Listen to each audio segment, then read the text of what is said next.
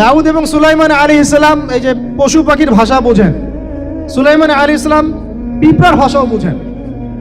আপনাদের সায়েন্স কি পিঁপড়ার ভাষা বুঝে? হ্যাঁ, আমরা তো এখন সায়েন্সকে সবকিছুর মানদণ্ড মনে করি, তাই না? সায়েন্স যদি বলে হ্যাঁ তাহলে হ্যাঁ, না বললে না। মানে এমন একটা ভাব, দেখেন সায়েন্সকে আমরা ইলাহ বানাইছি, ইলাহ, উপাস্য। সায়েন্স যদি বলে যে পৃথিবী থেকে অমুক অমুক কোটি কোটি আলোকবর্ষ দূরে একটা গ্রহের সন্ধান পাওয়া গেছে, নাম দিল ধরেন যে আলফা এক্স ওয়াই জেড কিছু একটা, ওখানে হুরপড়ি আছে, হ্যাঁ ওখানে দুধের সাগর আছে, মধুর সাগর আছে, তো মানুষ তখন বিশ্বাস করা শুরু করবে হ্যাঁ হ্যাঁ তাই তো থাকতেই পারে। নাসা বলেছে না হয়ে পারে, নাসা মন্তব্য করেছে না হয়ে পারে। ওরকম যদি বলে অনেক দূরে একটা আগুনের একটা বিশাল ইয়া পাওয়া গেছে, গ্রহ পাওয়া গেছে, ওখানে আযাব দেওয়া হয়, শাস্তি দেওয়া হয়, ওখানে অন্য মাখলুক আছে, ওদের ভাষা এলিয়েন আর কি, মানুষ বিশ্বাস করে। কিন্তু আল্লাহ পাক কোরআনে বলছেন যে সুলাইমান আলাইহিস সালাম পিঁপড়ার ভাষাও বুঝতেন, ওই কথা বিশ্বাস করতে চাচ্ছে না।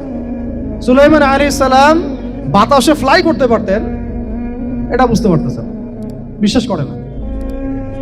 তাহলে ওই প্রযুক্তি না থাকলে এয়ারক্রাফট কিভাবে আবিষ্কার করলেন? যে প্রযুক্তিগুলো পৃথিবীতে চলে গেছে ইতিমধ্যে, ওগুলো ভবিষ্যতেও আসতে পারে। যেমন একটা প্রযুক্তির কথা বলি, সুলাইমান আলাইহিস সালাম বসে আছেন, একজনকে বললেন না সাবার রানী বিলকিসের সিংহাসন কে নিয়ে আসতে পারবে? একজন বলল যে আপনি উঠে দাঁড়াইতে যতক্ষণ সময় লাগে এর মধ্যে নিয়ে আসবো।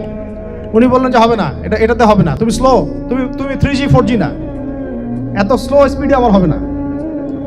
এই কথা বলেন নাই, মজা করলাম আর কি। আমাদের ইউটিউবাররা আবার এই অংশ কাট করে আবার প্রচার করে দিতে পারে। দেখেন কিসের সাথে কি ব্যাখ্যা করবো। কোরআনকে 3Gর সাথে তুলনা করলেন আবু তো হাত না, ব্যাস কাম সারা দেশে ওইটাই ইস্যু। তখন মহা মুসিবত, মানে বাঙালি জাতির মধ্যে দিন প্রচার করা।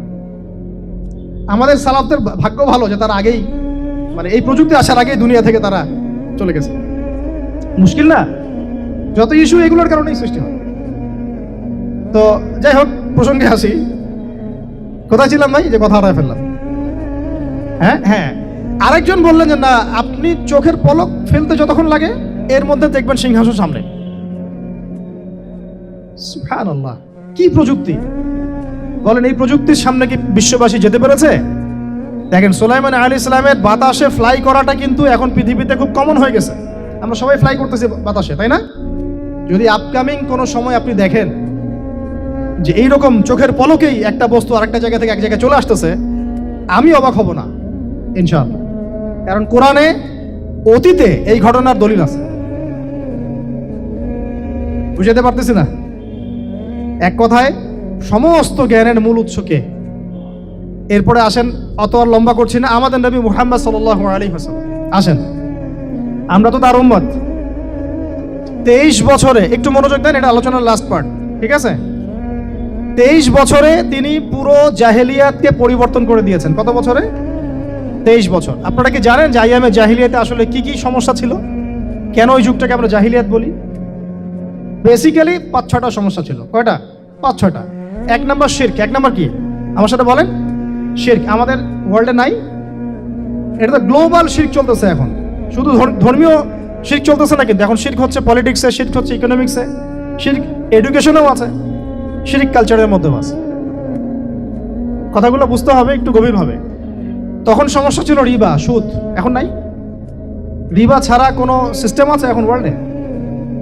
আমি গতকালকে একটা হাদিস মোতালা করছিলাম সুদ সংক্রান্ত। নবীজি বলেছেন সাল্লাল্লাহু আলাইহি ওয়াসাল্লাম যে একটা যুগ আসবে সামনে, সুদবিহীন কোনো মানুষই চলতে পারবে না। যে চলতে চাইবে তার গায়েও সুদের ছিটা ফোটা গিয়ে লাগবে। আসে নাই সেই যুগ? সুবহানাল্লাহ, কিভাবে তিনি এত স্পেসিফিকলি কথাগুলো বলতে পারেন? নিশ্চয়ই তিনি এমন একজন সত্তার কাছ থেকে জ্ঞান পেয়েছেন যিনি সব জানেন, অতীত বর্তমান ভবিষ্যৎ, তাই না? এমনকি নবীজি বলেছেন ইমাহাদির সময় যে 10 জন ঘোড়সাওয়ার বের হবে এবং তারা গিয়ে খোঁজ নিতে যাবে যে দাজ্জাল বের হয়েছে কিনা। নবীজি বলছেন আমি সেই 10 জনের নামও জানি, তাদের বাবার নামও জানি। সুবহানাল্লাহ, সুবহানাল্লাহ। কিয়ামতের মাঠে আলী রাদিয়াল্লাহু আনহু, আবু বকর রাদিয়াল্লাহু আনহু, ওমর, ওসমান রাদিয়াল্লাহু আনহুম আজমাইন, তাদের হিসাবটা কেমন হবে ওইটাও নবী সাল্লাল্লাহু আলাইহি ওয়াসাল্লাম আগেই বলে দিয়েছেন। সবচেয়ে দ্রুত হিসাব হবে এই উম্মতের আলী ইবনে আবি তালিব রাদিয়াল্লাহু আনহু। যাবেন, বেরোবেন, শেষ। কি মানুষ, তার জীবনীটা পড়ে দেখবেন। আমি শেষের দিকে বলে দিব আপনাদেরকে আজকে, এবং এটা রেকর্ডেড থাকবে, ইনশাল্লাহ অনলাইনে দিয়ে দিব, যে আপনারা কোন কোন সাবজেক্টের বই কিনবেন। বই মেলা তো শুধু মানে আসলেন একটা একটা র্যান্ডমলি বই কিনলেন এমন না, টপিক ধরে ধরে সাবজেক্ট ওয়াইজ বই কিনতে হবে। ঠিক আছে ভাই? বই কেনার পিছনে টাকা পয়সা খরচ যদি না করেন, মানে দিনের জন্য অর্থ ব্যয় করার মানসিকতা না থাকে, এলেম পাওয়া যাবে। অনেক মুহাদ্দিস নিজের গায়ের জামা খুলে দিয়ে পর্যন্ত বই নিয়ে বাসায় গিয়েছে, জানেন? তাদের সমস্ত সম্পত্তি বিক্রি করে দিয়েছেন বই কেনার জন্য। আজকে সকালে আমাদের এক ভাই মোজাকারা করছিলেন যে আমারই এক ওস্তাদ, বাংলাদেশের অনেক বরেণ্য একজন আলেমে দ্বীন, প্রবীণ আলেমে দ্বীন, তার কথা আলোচনা হচ্ছিল যে তিনি কিতাব পড়তে পড়তে পড়তে হঠাৎ একটা কিতাব তিনি খুঁজে পাচ্ছেন না। তো ছাত্রদেরকে পাঠালেন যে খুঁজে নিয়ে আসো তো, কোথায় আছে, কেউ খুঁজে পায় না।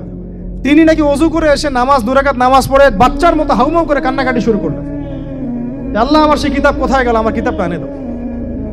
তলাবুল ইলম কাকে বলে দেখেন, ইলমের তালেব, ইলমের ছাত্র কাকে বলে? এই যে ইলমের ছাত্র, আমরা কি ছাত্র হইতে পারছি? একটা বইয়ের দাম যদি দেখি 100 টাকা, বাস আমাদের গায়ে লাগে। 100 টাকা দিয়ে তো আপনার গার্লফ্রেন্ডকে নিয়ে বসতে গায়ে লাগে না, বসলে তো 500 টাকা চলে যায়। জিনা থেকে বাঁচতে না পারলে কলবে আল্লাহ নূর আসবে না। আল্লাহ পাক আমাদের কথাগুলো বোঝার তৌফিক দান করেন, আমিন। জিনা, আবার বলছি, জিনা থেকে বাঁচতে হবে, অন্যথায় কলবে নূর আসবে না। আল্লাহ পাক আমাদেরকে বোঝার তৌফিক দান করেন, আমিন। কোথায় ছিলাম ভাই? বলেন।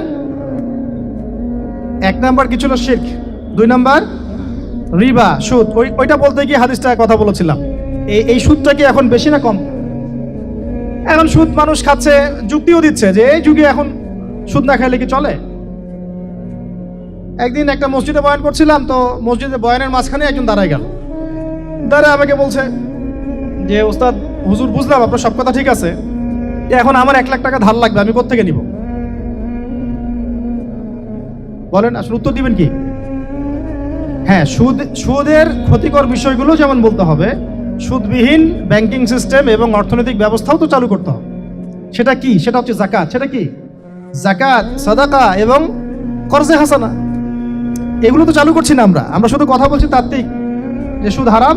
আমিও তো অনেক জায়গায় বলছি, কারণ বলতে হচ্ছে, নাহলে আপনার জানাতে তো হবে। সুদের পাপের সবচেয়ে নিম্ন শাখা হচ্ছে মায়ের সাথে জিনা করা, সর্বোচ্চ শাখা হচ্ছে আল্লাহ এবং তার রাসূলের সাথে যুদ্ধ করা। একটা হাদিস বুখারীতে এরকম আসছে, বুখারীতে কি তিরমিজিতে, আমি রেফারেন্সটা ভুলে যাচ্ছি, তবে হাদিসটা সহিহ। নবী সাল্লাল্লাহু আলাইহি ওয়াসাল্লাম বলেছেন, যে ব্যক্তি 1 দিরহাম সুদ খায় সে যেন 36 বার জিনা করে। আর আপনারা তো জানেন, এটা আমার বলার দরকার নাই, 4 শ্রেণীর মানুষকে নবীজি অভিশাপ দিয়েছেন, যে নিজে খায়, তারপরে যে সুদ দেয়, যে লিখে রাখে, যে সাক্ষী থাকে। আমি বলতে যাচ্ছি, আইয়ামে জাহিলিয়াতে এই সুদটা ছিল, আমাদের এই বর্তমান ওয়ার্ল্ড অ্যাফেয়ার্সে নাই। বাংলাদেশ একটা কান্ট্রি হিসেবে চিন্তা করবেন না, আপনি গ্লোবালি চিন্তা করবেন, কারণ এখন একটা দেশ স্বতন্ত্রভাবে চলতে পারে না। ওয়ার্ল্ড ব্যাংকের সাথে আপনাকে ডিল করতে হবে, IMF এর সাথে। আমি যদি প্রেসিডেন্ট হই, তাও আমাকেও করতে হবে, আপনি হলে আপনাকেও করতে হবে। তো কথা বলে তো শুধু কথা বলে লাভ নাই, আপনার বিকল্পটা কি? আসলে বিকল্প ব্যবস্থাটা কি? এটা তো মূল কথা। ইকোনমিক্স নিয়ে কতগুলো কিতাব আছে এখানে, ইসলামিক ইকোনমিক্স নিয়ে আমরা কতগুলো কিতাব ছাপাইছি, বর্তমান ওয়ার্ল্ড অ্যাফেয়ার্স নিয়ে আমরা কতগুলো কিতাব ছাপাইছি। তাহলে গ্যাপস আছে না আমাদের মধ্যে, গ্যাপস ফিল আপ করতে হবে। কথাগুলো বলার উদ্দেশ্য হচ্ছে গ্যাপসটা ফিল আপ করা। তো এই রিবার সমস্যাটা এখনো আছে। আল্লাহ পাক আমাদেরকে রিবা মুক্ত জিন্দেগি দান করেন, আমিন।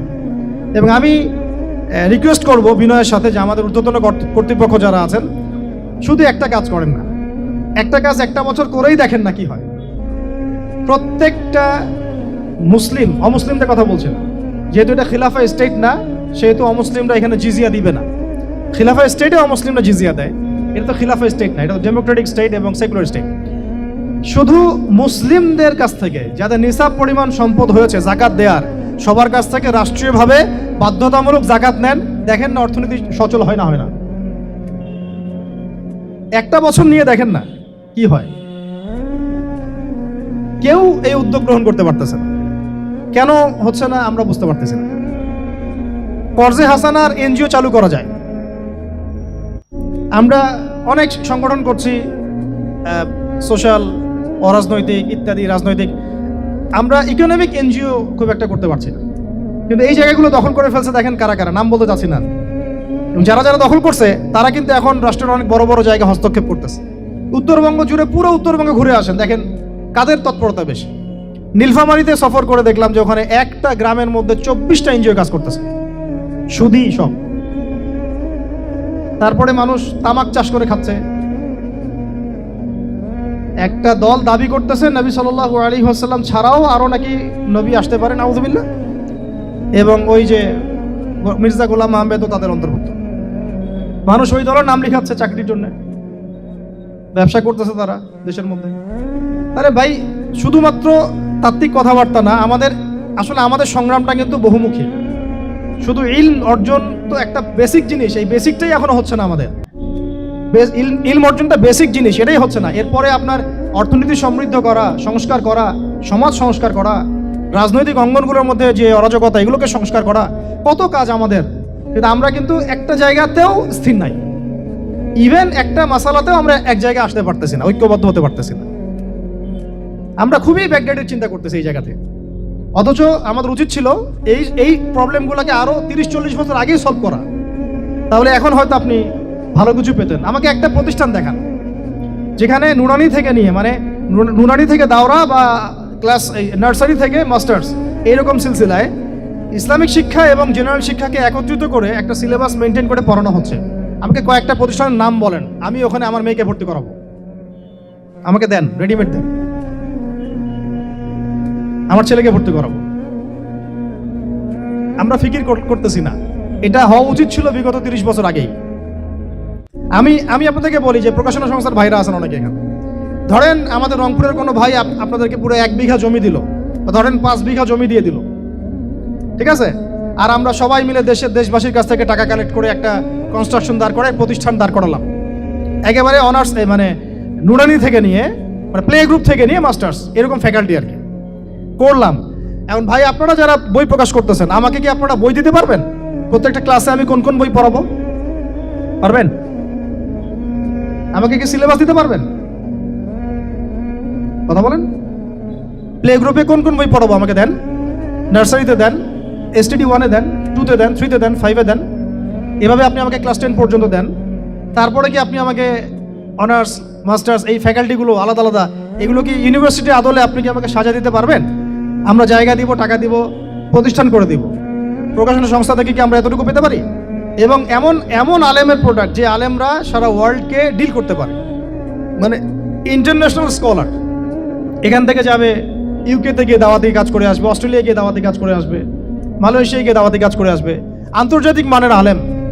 আমরা কি জেনারেল শিক্ষিত ব্যাকগ্রাউন্ড থেকে তৈরি করতে পারবো? পারছি কি? আর আপনারা আমাকে বলেন তো ভাই, যে কত পার্সেন্ট মানুষ জেনারেল শিক্ষিত আর কত পার্সেন্ট মানুষ মাদ্রাসা শিক্ষিত? কাদের পরিসংখ্যানটা বেশি? তারা কি, তাদের কোনো অবদান রাখার কোনো সুযোগ নাই? এখন যদি এই ক্লাসিক্যাল পড়াশোনা না হয়, ইলমের এই গভীরতায় না যায়, এবং বড় বড় ওলামায়ে কেরামদের সোহবতে তারা না আসে, তাহলে কিভাবে তারা বিশুদ্ধ ইসলাম শিখবে আর প্রচার করবে আর প্রতিষ্ঠা করবে? তো প্রশ্ন কিছু করে গেলাম। আজকে প্রশ্নগুলো রেখে যাচ্ছে এই কারণে যে এগুলো নিয়ে আপনারা ভাববেন, যে আপনারা আমাকে একটা ইসলামিক ইউনিভার্সিটি করার মতো বইপত্র আমাকে বানায় দেন না। দায়িত্ব নেন কেউ, আপনারা সবাই মিলে দায়িত্ব নেন। এখানে একটা স্কুল আছে আমাদের ছোট্ট, তোহাজিন নুরাইন ইসলামিক স্কুল। এই স্কুল আমরা করেছি প্লে, নার্সারি, কেজি 1, 2, 3, 4, 5, এতটুকু। ট্রাইলিঙ্গুয়াল, মানে Bangla medium, English version, medium না, ইংলিশ ভার্সন আর অ্যারাবিক। এই সিলেবাসটুকু করতে, এই 8টা ক্লাসের সিলেবাস করতে আমাকে 7 দিন 8 দিন একেবারে বাংলা বাজার ঘাটাঘাটি করে,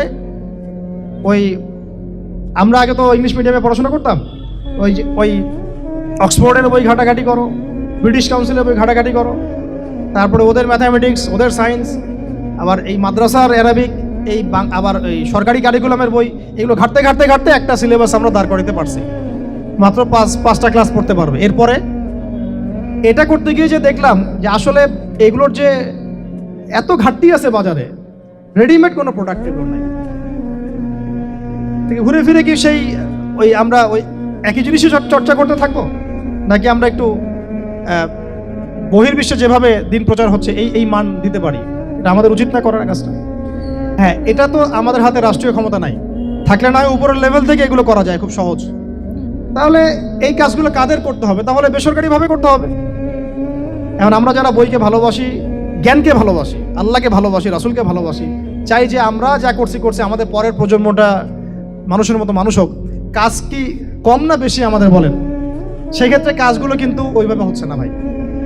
একটা বিষয়ের বই সবাই ছাপাচ্ছি, কেন? কি দরকার আছে? একটা বিষয়ের বই আমি সবাই ছাপাচ্ছি। একটা জিনিস, একটা হিস্ট্রির একটা কিতাব অনেকগুলো প্রকাশনী আপনারা করতেছেন, একই বই ফাইজুল কালাম সবাই করতে আছে। একটা বই তাসাউফ আত্মশুদ্ধি অনেক প্রকাশনী করতেছে, কপি করতেছে। ভাই আমাদের কি কাজ কি দুনিয়ার স্বার্থ উদ্ধার করা, না আমার দিনের কোনো খেদমত? আমার কথায় মাইন্ড করবেন না, আমি মাইন্ড করার মতো কথা বলছি না। আমি বলছি আপনাদেরকে আরো যেন কনস্ট্রাকটিভ হয় কাজগুলো। মানে আপনাদের সাথে আমি বসবো ইনশাল্লাহ আবার আলাদা করে, যে একটা আমাকে পুরো শিক্ষা ফর্মুলা আমাকে দিবেন, মানে প্রত্যেকটা ক্লাসের বই রেডি করে দিবেন, যাতে আমরা প্রতিষ্ঠান বানালেই একদম পুরা কমসে কম ক্লাস 1 থেকে 10 ঢেলে দিতে পারি, আমার পরিশ্রম করতে না হয়। ওখানে বাংলা মিডিয়ামের বই থাকবে, ইংলিশ মিডিয়ামেরও থাকবে, এবং অ্যারাবিক তো থাকবেই। একটা গঠনমূলক সিলেবাস, যেটা পড়লে আমার ছেলে মাশাআল্লাহ হাফেজও হবে, এদিকে মাশাআল্লাহ সে ইংরেজিতেও দক্ষ হবে, সায়েন্সেও দক্ষ হবে। এক পর্যায়ে যখন সে এসএসসি পাস করবে, সে দেখবেন যে যার রাস্তা বেছে নিচ্ছে। বেজ আমি তাকে করে দিছি 10 পর্যন্ত। এখন সে ডক্টর হোক আর ইঞ্জিনিয়ার হোক, আর না হয় যদি আল্লাহর খলিফাই হয়, কোনো সমস্যা নেই। সমস্যা আছে? এটা দরকার ছিল ভাই, আরো 30 বছর আগে দরকার ছিল। আমরা যেটা পাই নাই, এটা আমাদের আফসোস। আর এই জেনারেল ব্যাকগ্রাউন্ড থেকে এইরকম জায়গায় উঠে এসে এই যে এগুলো কথাগুলো বলা বা এই কাজগুলো করা, এগুলো সবাইকে হয়তো আল্লাহ পাক এভাবে কবুল নাও করতে পারে। এর পিছনে অনেক গল্প থাকে, অনেক হিস্ট্রি, অনেক ত্যাগ, অনেক আত্মত্যাগ, এগুলো সবাই হতে পারবে না। কিছু মানুষ বের হয়ে আসছে। ডক্টর জাকির নায়েক তো সবাই হতে পারে নাই, পারছে? তো এই জিনিসগুলো আমাদের বুঝতে হবে যে আমভাবে সবাই সবকিছু করতে পারবে না। আমাদের একটা একাডেমিক ফর্মুলা দরকার, যেখানে আমরা পড়বো, আমরা আলেম হয়ে বের হবো ইনশাআল্লাহ। পারা যাবে তো ভাই ইনশাআল্লাহ?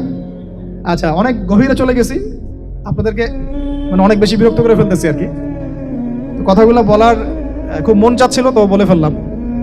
আর আমরা চাচ্ছি কথাগুলো সবার কাছে পৌঁছাক, যাতে করে অন্তত বিভাগীয় শহরগুলা, অন্তত ঢাকা, রংপুর, রাজশাহী, মানে বড় বড় শহর আমাদের, চট্টগ্রাম, কক্সবাজার ইত্যাদি ইত্যাদি বড় বড় শহরগুলোতে যদি একটা করে এরকম একটা করে প্রতিষ্ঠান থাকে, যেখানে আপনি পুরো জেনারেল শিক্ষা এবং ইসলামী শিক্ষা দুটোকে সমন্বয় করে এবং এই মানে দ্বিমুখী শিক্ষার মেরুকরণটাকে দূর করে একটা কনস্ট্রাকটিভ সিলেবাস দিতে পারেন, দেখবেন আজকে না হোক, আজকে থেকে 10 থেকে 15 বছর পরে আমাদের ছেলে মেয়েদের একটা প্রজন্ম আসবে, দেখবেন ইনশাআল্লাহ ওরা আমাদের চেয়ে অনেক ডিনামাইট হবে।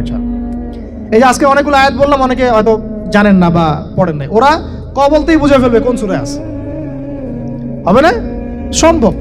আর যদি না করতে পারি, তাহলে ঘুরে ফিরে ওই একই অবস্থা।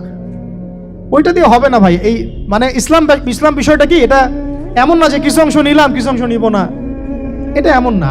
নিলে ভাই নেওয়ার মতো নেওয়া লাগবে।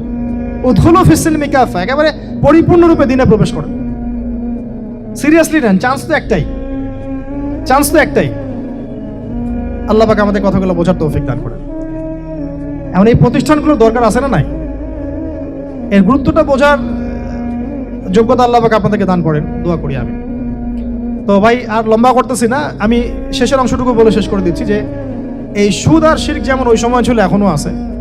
আর ওই আইয়ামে জাহিলিয়াতের সেই সুদ আপনি দেখলেন, এখন শিরক দেখলেন। মাদক আছে না নাই? আইয়ামে জাহিলিয়াতের মাদক, আইয়ামে জাহিলিয়াতের এই নারী জাতির অবমাননা আছে না সমাজে? নাই? ব্যাখ্যা করতে যাচ্ছি না, আপনারা জানেন সব। আর আইয়ামে জাহিলিয়াতে ছিল একটা গোত্রীয় হানাহানি, দ্বন্দ্ব, মারামারি, এখন সমাজে নাই? এটাই তো চলতেছে এখন সমাজে। তো এখন এই জাহেলিয়াতের সমাজটাকে মাত্র 23 বছরের মধ্যে আমাদের নবীজি চেঞ্জ করে দিয়েছেন। কত বছর? এখন আপনারা আমাকে বলেন তো, যে তিনি কি কোনো জাদু করছেন? তিনি কি কোনো জাদু দেখাইছেন সমাজে এসে? মানুষকে মারছেন? মানুষকে কি তিনি মানে কঠোর ছিলেন? তিনি, তার কাছে আল্লাহর ফেরেশতা আসতো, তিনি কি সেই শক্তি কাজে লাগায় একদম সমাজের মানুষকে জোর করে ইসলাম কবুল করাইছেন? তিনি কি করছেন 23 বছরে? এটা বলেই শেষ করে দিব।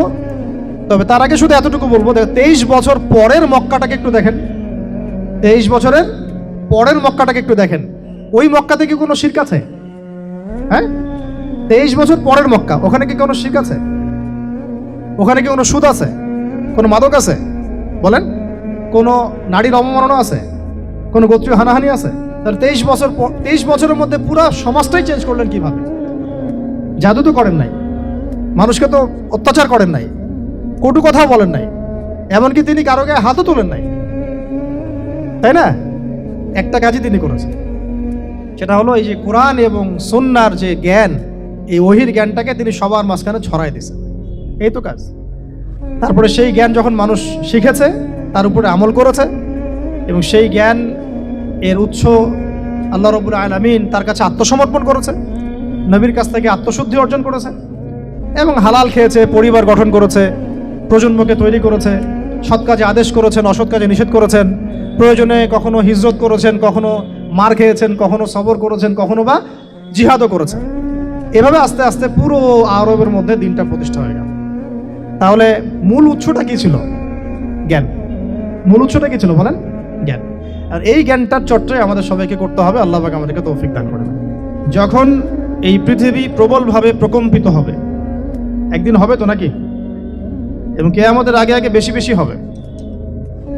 কিছু কিছু পাপের কারণেও হবে, তার মধ্যে মাদকদ্রব্য আছে, গান বাজনা বাদ্যযন্ত্র আছে, তার মধ্যে আমানতের খেয়ানত আছে, অশ্লীলতা বেহায়াপনা আছে।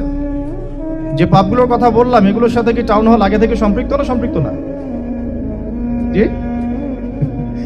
তো যখন ভূমিকম্প আসবে প্রবলভাবে, এটা কিয়ামতের ভূমিকম্পের কথা বলা হচ্ছে। ওয়া আখরাজাতিল আরদু আসকালাহা, জমিনের নিচের যে সম্পদ, এই যে সোনা দানা যা খনি আছে, এগুলো আল্লাহ পাক বের করে দিবেন, জমিন বের করে দিবে। ওয়া আখরাজাতিল আরদু আসকালাহা ওয়া ক্বালা আল ইনসানু মা লাহা, মানুষ বলবে পৃথিবীর কি হলো আজকে। ওই দিন যে মানুষগুলো বেঁচে থাকবে তারা বলবে পৃথিবীর আজকে কি হলো।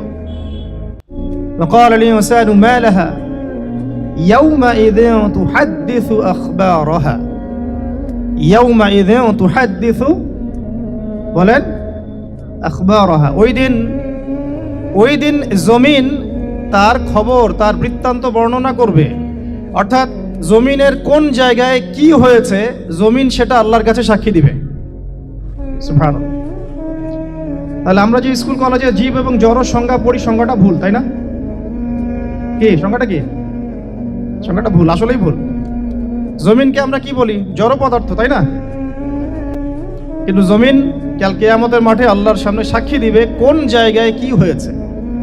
টাউন হলের সৌভাগ্য যে টাউন হল বলতে পারবে যে এত তারিখে আমার উপরে একটা দিনই আয়োজন হয়েছে, অমুক অমুক ভাইরা এসেছিলেন, এই বিষয়ে আলোচনা হয়েছে, আল্লাহ তুমি আমাদেরকে মাফ করে দাও।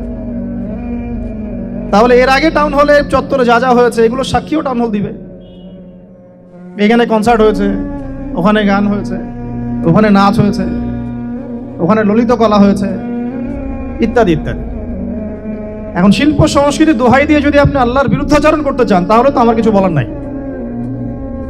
যদি শিল্প সংস্কৃতির দোহাই দিয়ে আপনি আল্লাহর বিরুদ্ধাচরণ করতে চান, তাহলে তো আলোচনার দরকার নাই।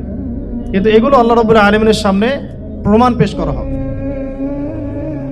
জমিন তার খবর বৃত্তান্ত বর্ণনা করবে। তাহলে আজকের এই আয়োজনটাও রেকর্ডেড থাকতেছে ইনশাআল্লাহ। কিয়ামতের মাঠে আপনারা দেখতে পারবেন, আমরা দেখতে পারবো। টাউন হল এই কারণে সৌভাগ্যবান যে এখানে বইমেলার আয়োজন করা হচ্ছে, ইসলামিক বইমেলা। ইয়াউমাইযিন ইয়াসদুরুন নাস আশতাতান লিয়ারাউ আ'মালাহুম, ওই দিন মানুষ দলে দলে বের হবে, জমিন ফুঁড়ে মানুষ দলে দলে বের হবে, যাতে তাদের আমলনামা তাদেরকে দেখানো যায়। আমলনামা কত সূক্ষ্ম হবে আল্লাহ পাক সেটা পরের আয়াতে বলছেন। আমলনামাটা কতটা সূক্ষ্ম হবে আল্লাহ পাক বলছেন, ফামান ইয়া'মাল মিসকালা যাররাতিন খায়রান ইয়ারা, এই অনুপরিমাণও যদি কোনো সৎ কাজ কেউ করে থাকে, সেটাও তার আমলনামায় দেখানো হবে। সুবহানাল্লাহ। অনুপরিমাণ অর্থাৎ ধরেন আপনি একজন মিসকিনকে 1 টাকা দান করেছেন, এটাও আমলনামায় আছে। অথবা আপনি আপনার মুসলিম ভাইয়ের দিকে তাকিয়ে হেসেছেন, মুচকি হাসি দিয়ে তাকে অভ্যর্থনা জানিয়েছেন, এটাও আমলনামাতে আছে। আবার চোখ দিয়ে একটা মেয়ের দিকে আপনি বদনজর দিয়েছেন, ওইটাও আমলনামাতে আছে। নাউযুবিল্লাহি মিন যালিক। তাহলে যার আমলনামায় অনুপরিমাণ সৎকর্ম থাকবে, সেটাও দেখানো হবে। ওয়া মান ইয়া'মাল মিসকালা যাররাতিন শাররান ইয়ারা, আর কারো আমলনামায় যদি এই অনুপরিমাণও কোনো অন্যায় থাকে সেটাও দেখানো হবে। তো এই আয়াতটা বা এই সূরাটা দিয়ে আলোচনা শুরু করলাম এই কারণে যে আজকের এই বইমেলাটা এই অঞ্চলটাকে আলোকিত করে রাখলো। যদিও আমরা যদি দেখতাম যে এখানে একটা কনসার্ট হচ্ছে এবং নামি দামি কোনো ব্যান্ড শিল্পী এসে এখানে গান গাচ্ছে, হ্যাঁ, একদম গিটার প্লে করছে, ড্রামস প্লে করছে, নাচ হচ্ছে, তখন দেখতেন যে এখানে লোকের সমাগম আরো বেশি হতো। লোকের সমাগম কি হতো? বেশি হতো। তো এই যে একটা জাহালাত, এর পিছনের কারণটা কি? কেন কেন দুনিয়াবি কোনো লালসা দেখলে মানুষ ছুটে আসতেছে, আর কেন এখানে তুলনামূলক উপস্থিতি কম? এটার কারণটা কি? কারণ হচ্ছে ইলমের অভাব। কারণ কি? ইলমের অভাব, জ্ঞানের অভাব। আর এই জ্ঞানটাকেই মানুষের মাঝখানে ছড়িয়ে দেওয়ার জন্যই এই কিতাব কেন্দ্রিক আয়োজনগুলো হয়ে থাকে। দার্স হয়ে থাকে, খুতবা হয়ে থাকে, তালিম হয়ে থাকে, মাদ্রাসায় মক্তবে পড়ানো হয়, স্কুল কলেজ ইউনিভার্সিটিতে পড়ানো হয়, জ্ঞান কেন্দ্রিক, যাতে করে মানুষ জ্ঞানী হয় এবং দুনিয়া এবং আখিরাতের হাকিকত বুঝতে শিখে, কোনটাতে তার চিরস্থায়ী কল্যাণ সেটা সে বুঝতে শিখে। তো ইলম কেন্দ্রিক কথা যদি বলতে হয়, আগে আপনাদেরকে কয়েকটা ঘটনা শোনাই। আপনাদের ধৈর্য আছে তো নাকি নাকি সংক্ষিপ্ত করব? আচ্ছা, আমাদের আদি পিতার নাম কি? এই ঘটনা থেকে আলোচনা শুরু করেন। আজকে থেকে ধরেন লক্ষ কোটি বছর আগে, কত কোটি বছর আমরা জানি না, আল্লাহ রাব্বুল আলামিন একা ছিলেন, একা। তিনি সর্বপ্রথম সৃষ্টি করলেন আরশে আযীম। কি সৃষ্টি করলেন? আরশ আল্লাহ রাব্বুল আলামিনের একটা এমন স্বতন্ত্র সম্মানিত একটা সৃষ্টি, যেটা সবচেয়ে বড় সৃষ্টি, এর চেয়ে বড় কোনো সৃষ্টি নাই। এমনকি কিয়ামতের মাঠে এই আরশের ছায়া আল্লাহ রাব্বুল আলামিন 7 শ্রেণীর মানুষকে ছায়া দিবেন। সুবহানাল্লাহ। ওই 7 শ্রেণী সম্পর্কে আমরা অন্য হাদিসে পড়ে নিব, অনেকে হয়তো জানেন। সেখানে ন্যায়পরায়ণ শাসক থাকবেন, তারপরে যুবক থাকবেন, যুবক শ্রেণী যারা যৌবনকালটা আল্লাহর ইবাদতে কাটিয়ে দিয়েছে। সুবহানাল্লাহ। যে নারী একজন যুবককে আহ্বান করেছে খারাপ কাজের জন্য, কিন্তু যুবক বলেছে যে আমি রাজি না, আমি আল্লাহকে ভয় করি, সেই যুবকও আরশের ছায়া ছায়া পাবে ইনশাআল্লাহ। তারপরে সেই দুই ভাই বা ব্যক্তি যারা একে অপরকে আল্লাহর জন্য মহব্বত করে, তারাও আরশের ছায়া ছায়া পাবে। এমন ব্যক্তি যে গোপনে দান করে, মানে ডান হাত দিয়ে কি দান করছে বাম হাত জানে না, তারাও আরশের ছায়া ছায়া পাবে। এমন ব্যক্তি যে অন্ধকারে বা একাকী আল্লাহ পাককে স্মরণ করে এবং চোখ দিয়ে দরদর করে পানি পড়তে থাকে, এই ব্যক্তিও আরশের ছায়া ছায়া পাবে। এরকম প্রায় 7 শ্রেণীর মানুষ আরশের ছায়া ছায়া পাবে। আরশ সৃষ্টি করার পরে আরশটা ছিল পানির উপরে। কোথায় ছিল? পানির উপরে। সূরা হুদের মধ্যে আছে। আমি শুধু রেফারেন্সগুলো আপনাদেরকে সূরাগুলো বলে দিব, বাসায় গিয়ে আপনারা পড়বেন। প্রত্যেকটা আয়াত কিন্তু এখানে ধরে ধরে বলার সময় নাই আর কি আমার কাছে। তো আরশটা ছিল পানির উপরে। এরপরে আল্লাহ রাব্বুল আলামিন আসমান এবং জমিন সৃষ্টি করেছেন 6 দিনে। পুরো মহাবিশ্ব আল্লাহ রাব্বুল আলামিন সৃষ্টি করেছেন কত দিনে? 6 দিনে। ফি সিত্তাতি আইয়াম, 6 দিনে। এখন সৃষ্টি করার পরে আল্লাহ রাব্বুল আলামিন কলম সৃষ্টি করেছেন। কি সৃষ্টি করেছেন? কলম। ইলমের সাথে যে কলমের সম্পর্ক, এটা একটু পরে আরো ক্লিয়ার হবে আপনাদের কাছে। আল্লাহ পাক কলম সৃষ্টি করে বলেছেন উক্তুব, কলম তুমি লিখো। কলম তো আমাদের সংজ্ঞা মতো জড় পদার্থ, তাই না? হ্যাঁ, তো আল্লাহ পাক বলছেন কলমকে তুমি লিখো। তো কলম কথা বলছে, মাযা আকতুব, আমি কি লিখবো? আল্লাহ পাক বলছেন লিখো, কিয়ামত পর্যন্ত যা যা হবে সব লিখে ফেলো। এরপর আল্লাহ রাব্বুল আলামিন লাউহে মাহফুজের মধ্যে একদম from the very beginning till the last day of judgement প্রত্যেকটা কথা লাউহে মাহফুজে লেখা আছে। এমনকি আপনার কার সাথে বিয়ে হবে সেটাও, কয়টা বাচ্চা কাচ্চা হবে সেটাও। তাই এত অস্থির হওয়ার দরকার নাই, রিজিকে যা আছে আসবে ইনশাআল্লাহ। লেখা যদি হয়ে থাকে আসবে না? আসবে ইনশাআল্লাহ, সবর। তো এই জন্য মুমিনদেরকে বলা হয়েছে তোমরা কখনো হতাশ হবে না, কারণ তাকদীর লেখা হয়ে গেছে, হতাশ হওয়ার কোনো কারণ নাই। একটা প্রবণতা আমরা সমাজে দেখছি আত্মহত্যার। ইয়াং জেনারেশনকে আমরা নসিহত করব যে ভুলেও নিজের জীবনকে বিসর্জন দিতে যাবেন না। আল্লাহ রাব্বুল আলামিন আপনাদের সৃষ্টি করেছেন তার ইবাদত করার জন্য এবং তার জমিনে তার দিনটাকে প্রতিষ্ঠা করার জন্য। হেলায় খেলায় আপনার জীবনটা নষ্ট করবেন না, ঠিক আছে ভাই? আল্লাহ বোঝার তৌফিক দান করেন। তো কলম সৃষ্টি করার পরে কিয়ামত পর্যন্ত সব লেখা হয়ে গেছে। এখন আমাদের এই পৃথিবীতে তো মানুষ ছিল না, ছিল? এদিকে মনোযোগ দেন। এই পৃথিবীতে কি আগে মানুষ ছিল? এই পৃথিবীতে আগে কি ছিল তাহলে বলেন? হ্যাঁ, মাশাআল্লাহ। এই পৃথিবীতে আগে কি ছিল? এখন ওরা নাই? সবার সাথেই কিন্তু একটা করে আছে। কমপক্ষে কয়টা করে? সবার সাথে কমপক্ষে একটা করে। আর কোন কোন জায়গা আছে যেখানে জিনের বড় বড় আকড়া আছে। পৃথিবীতে যে জায়গাগুলো থেকে ইসলাম বিরোধী অপতৎপরতাগুলো চলে, ওখানে জিনের আকড়া বেশি। আর কথা বুঝতে পারছেন? তো জিন জাতিকে আল্লাহ পাক ধ্বংস করে দিয়েছেন তাদের পাপের কারণে, আল্লাহ দ্রোহিতার কারণে, অবাধ্যতার কারণে। এখন আল্লাহ রাব্বুল আলামিন ইরাদা করলেন পৃথিবীতে আমাদেরকে সৃষ্টি করবেন, মানে মানুষকে সৃষ্টি করবেন। আল্লাহ পাক তার সমস্ত ফেরেশতাদেরকে একত্রিত করলেন। ঘটনাটা কিন্তু খুব ইন্টারেস্টিং। আমি জানি এখানে ওলামায়ে কেরামও আছেন, তবে আমি সবার জন্য প্রযোজ্য হয় এমন কথা বলারই চেষ্টা করছি, কারণ অনেকে হয়তো এগুলো নাও জানতে পারে। তো আল্লাহ পাকের ভাষায় আমি যদি বলি, আল্লাহ রাব্বুল আলামিন বলছেন, বা'দা আউযু বিল্লাহি মিনাশ শাইতানির রাজীম, ওয়া ইয ক্বালা রাব্বুকা লিল মালায়েকা ইন্নী জাইলুন ফিল আরদি খলিফা। হে নবী মুহাম্মদ সাল্লাল্লাহু আলাইহি ওয়াসাল্লাম, তুমি স্মরণ করো সেই সময়ের কথা যখন আল্লাহ তোমার রব সমস্ত ফেরেশতাদেরকে ডেকে বলেছিলেন যে ইন্নী জাইলুন ফিল আরদি খলিফা, আমি জমিনে মানে পৃথিবীতে আমার খলিফা পাঠাতে চাই। কি পাঠাতে চাই? আরো জোরে বলেন।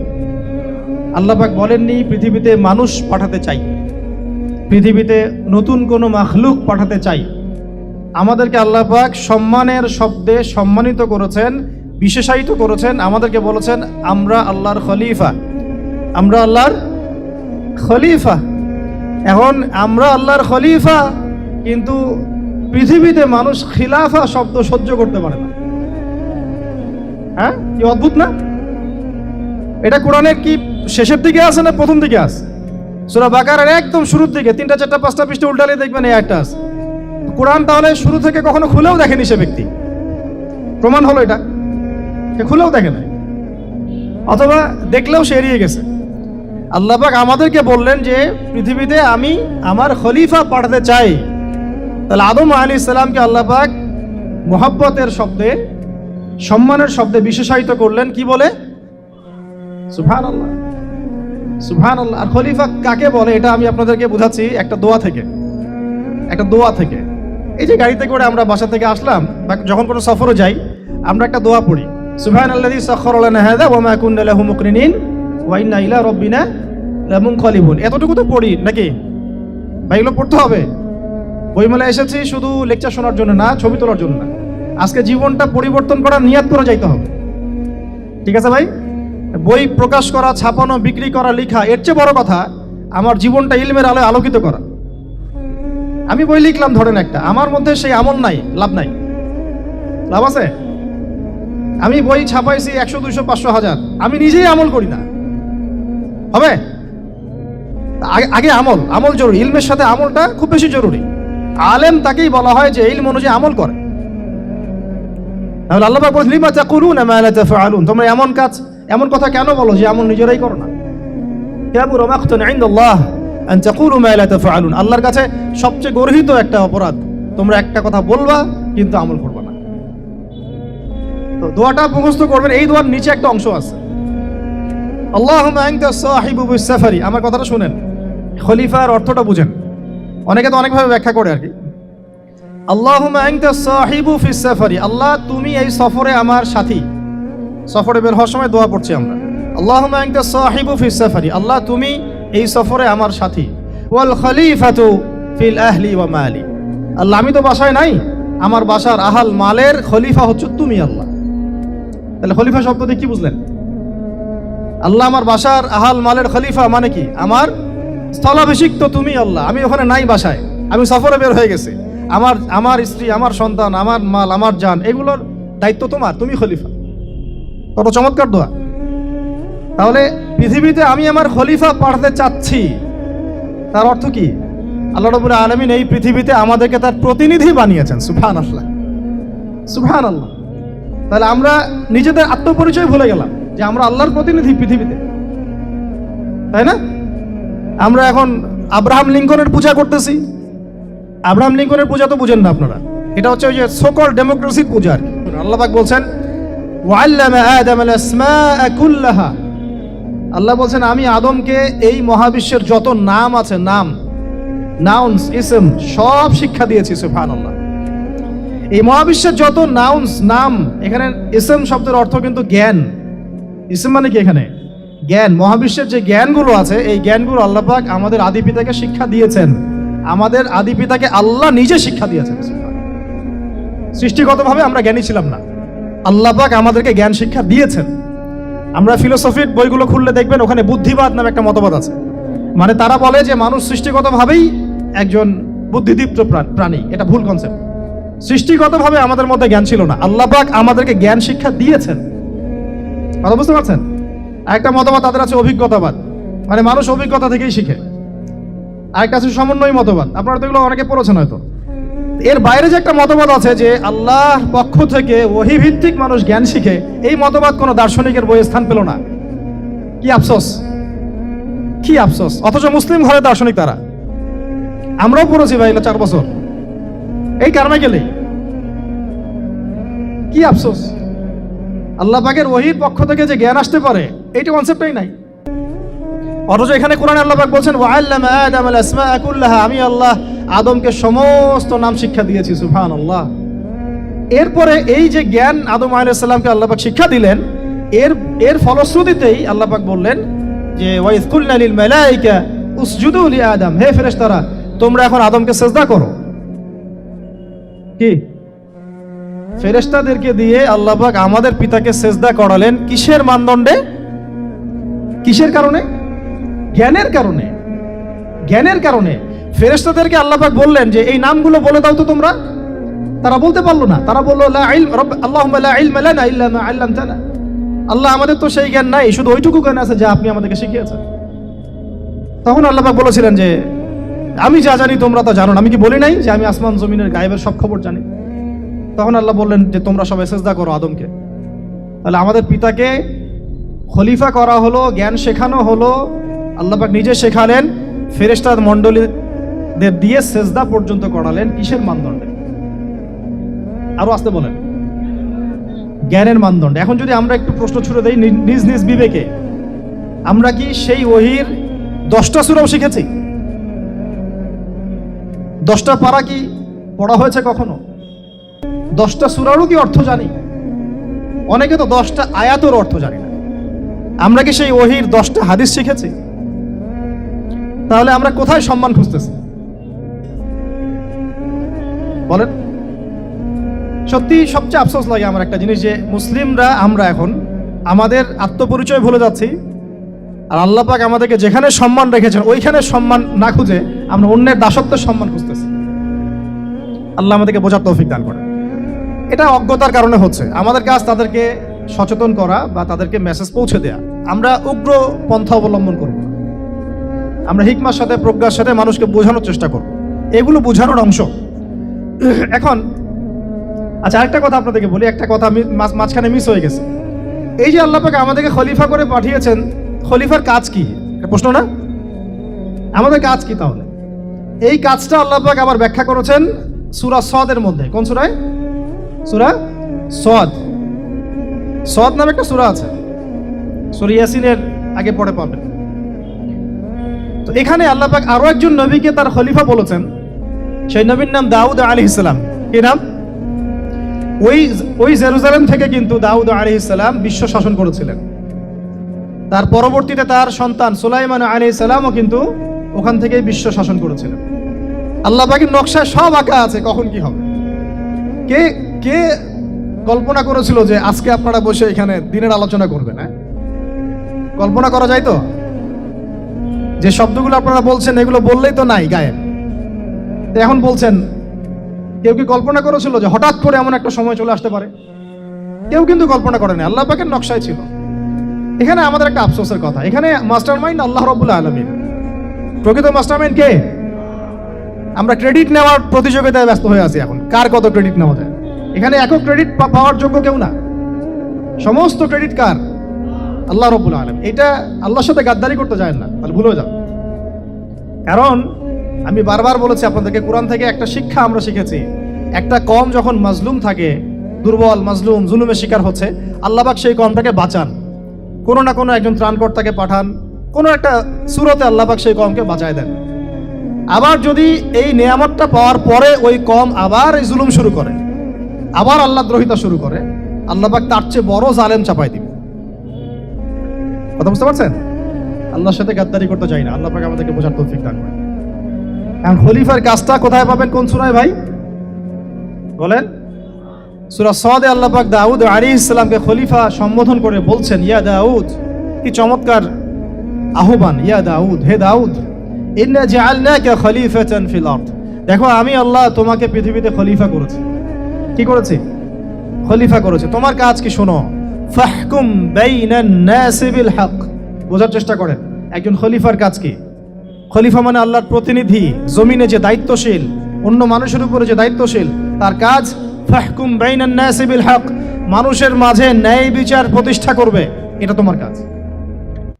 তাহলে এখন যারা আমরা এই জায়গায় আছি বা ভবিষ্যতে আসব, আরো কাল আগাতে থাকবে, সময় আগাতে থাকবে, নতুন নতুন নেতৃত্ব আসবে, সবার ফাংশন একটাই, ফাহকুম বাইনান নাসি বিল হক। আমাদের কাজ হবে মানুষের মাঝখানে কি করা, ন্যায় বিচার, বিচার ফয়সালার ক্ষেত্রে ইনসাফ করা, ন্যায় বিচার করা। তো ন্যায় বিচার তো এখন জাদুঘরে আছে নাকি? হ্যাঁ, কোন কোন ক্ষেত্রে আমরা চাই না যে ন্যায় বিচার জাদুঘরে যাক, আমরা চাই আবারও ন্যায় এবং সাম্যের সমাজ প্রতিষ্ঠা হোক। ইনশাআল্লাহ এরপর থেকে আমরা কোনো অন্যায় সহ্য করব না, ইনশাআল্লাহ এরপর থেকে আমরা কোনো জল্লাদতন্ত্র কায়েম করতে দিব না, আমাদের যা আছে তাই নিয়ে প্রতিবাদ হবে ইনশাআল্লাহ। কারণ এখনকার প্রজন্ম প্রতিবাদের ভাষা বুঝে। এখন যদি আপনারা আবার সেই প্রাচীন জুলুমের তন্ত্রে মন্ত্রে ফিরে যান, তাহলে আল্লাহর গজব চলে আসবে, বড় গজব। তো খলিফার কাজ কি ভাই? কি কাজ বললাম বলেন? মানুষের মাঝখানে ন্যায় বিচার প্রতিষ্ঠা করা। আচ্ছা, আরো আছে, আরো আছে, আয়াত শেষ হয় নাই। আল্লাহ পাক বলছেন, ওয়ালা তাত্তাবিউল হাওয়া, ন্যায় বিচার করতে গিয়ে নিজের দাসত্ব মানে প্রবৃত্তির অনুসরণ করো না। ন্যায় বিচার করতে গিয়ে নিজের প্রবৃত্তির অনুসরণ করো না, মন গড়া বিধানের অনুসরণ করো না। আমার মামা, আমার চাচা, আমার খালু পার করে দিও না। প্রবৃত্তির অনুসরণ মানে কি? মন যাচাই তাই করো না। ন্যায় বিচার করতে গিয়ে আল্লাহ পাকের বিধান মেনে চলো। আর সূরা মাইদাতে আল্লাহ পাক বলেছেন আয়াত নাম্বার 44, 45, 47-এ, ওয়া মান লাম ইয়াহকুম বিমা আনজালাল্লাহ ফাউলাইকা হুমুল কাফিরুন। যারা আল্লাহ পাকের হুকুম অনুযায়ী বিচার ফয়সালা করে না, তারা কাফির। 45-এ গিয়ে আল্লাহ বলছেন, ওয়া মান লাম ইয়াহকুম বিমা আনজালাল্লাহ ফাউলাইকা হুমুল ফাসিকুন। যারা আল্লাহ পাকের বিধান অনুযায়ী বিচার ফয়সালা করে না, এরা ফাসিক, পাপাচারী। 47 নম্বর আয়াতে গিয়ে আবার বলছেন, ওয়া মান লাম ইয়াহকুম বিমা আনজালাল্লাহ ফাউলাইকা হুমুজ জালিমুন। যারা আল্লাহর হুকুম বিধান অনুযায়ী বিচার ফয়সালা করে না, এরা জালেম। তো কাফেরও বলেছেন আল্লাহ, ফাসিকও বলেছেন, জালেমও বলেছেন। তাহলে বিচার ফয়সালা করার ক্ষেত্রে আল্লাহ পাকের বিধানকে সর্বোচ্চ অগ্রাধিকার দিতে হবে, নিজের প্রবৃত্তির অনুসরণ করা যাবে না। যদি করে তাহলে কি হবে? ইউদিল্লাকা আন সাবিলিল্লাহ, তাহলে এটা তোমাকে আল্লাহর রাস্তা থেকে সরায় নিয়ে যাবে। এর ফলে কি হবে?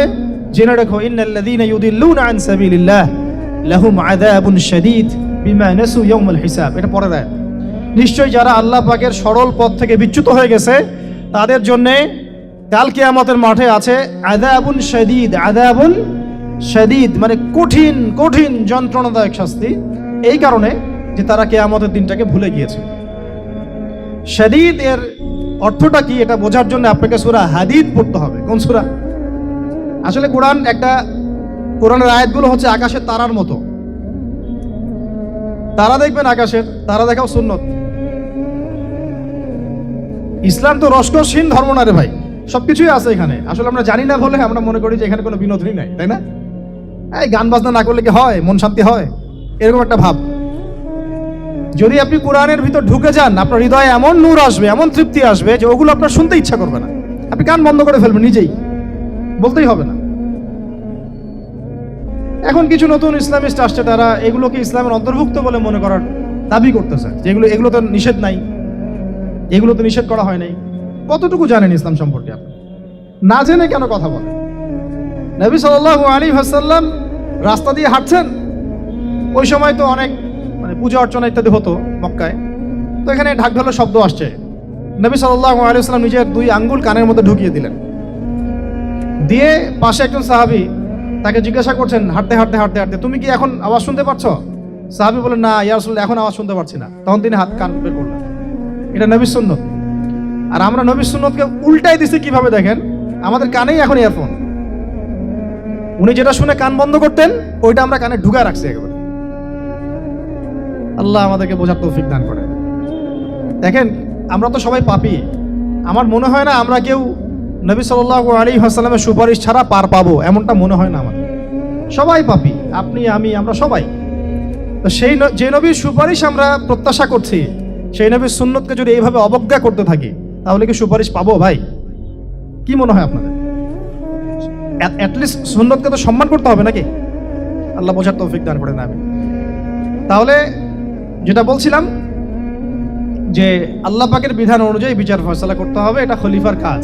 ন্যায় বিচার করতে হবে মানুষের মাঝখানে, এবং নিজের প্রবৃত্তির অনুসরণ করা যাবে না, তাহলে আল্লাহর পথ থেকে দূরে সরাই দিবে। এখানেই বললাম, শাদীদ বুঝতে গেলে আপনাকে কোন সূরা পড়তে হবে? সূরা হাদীদ।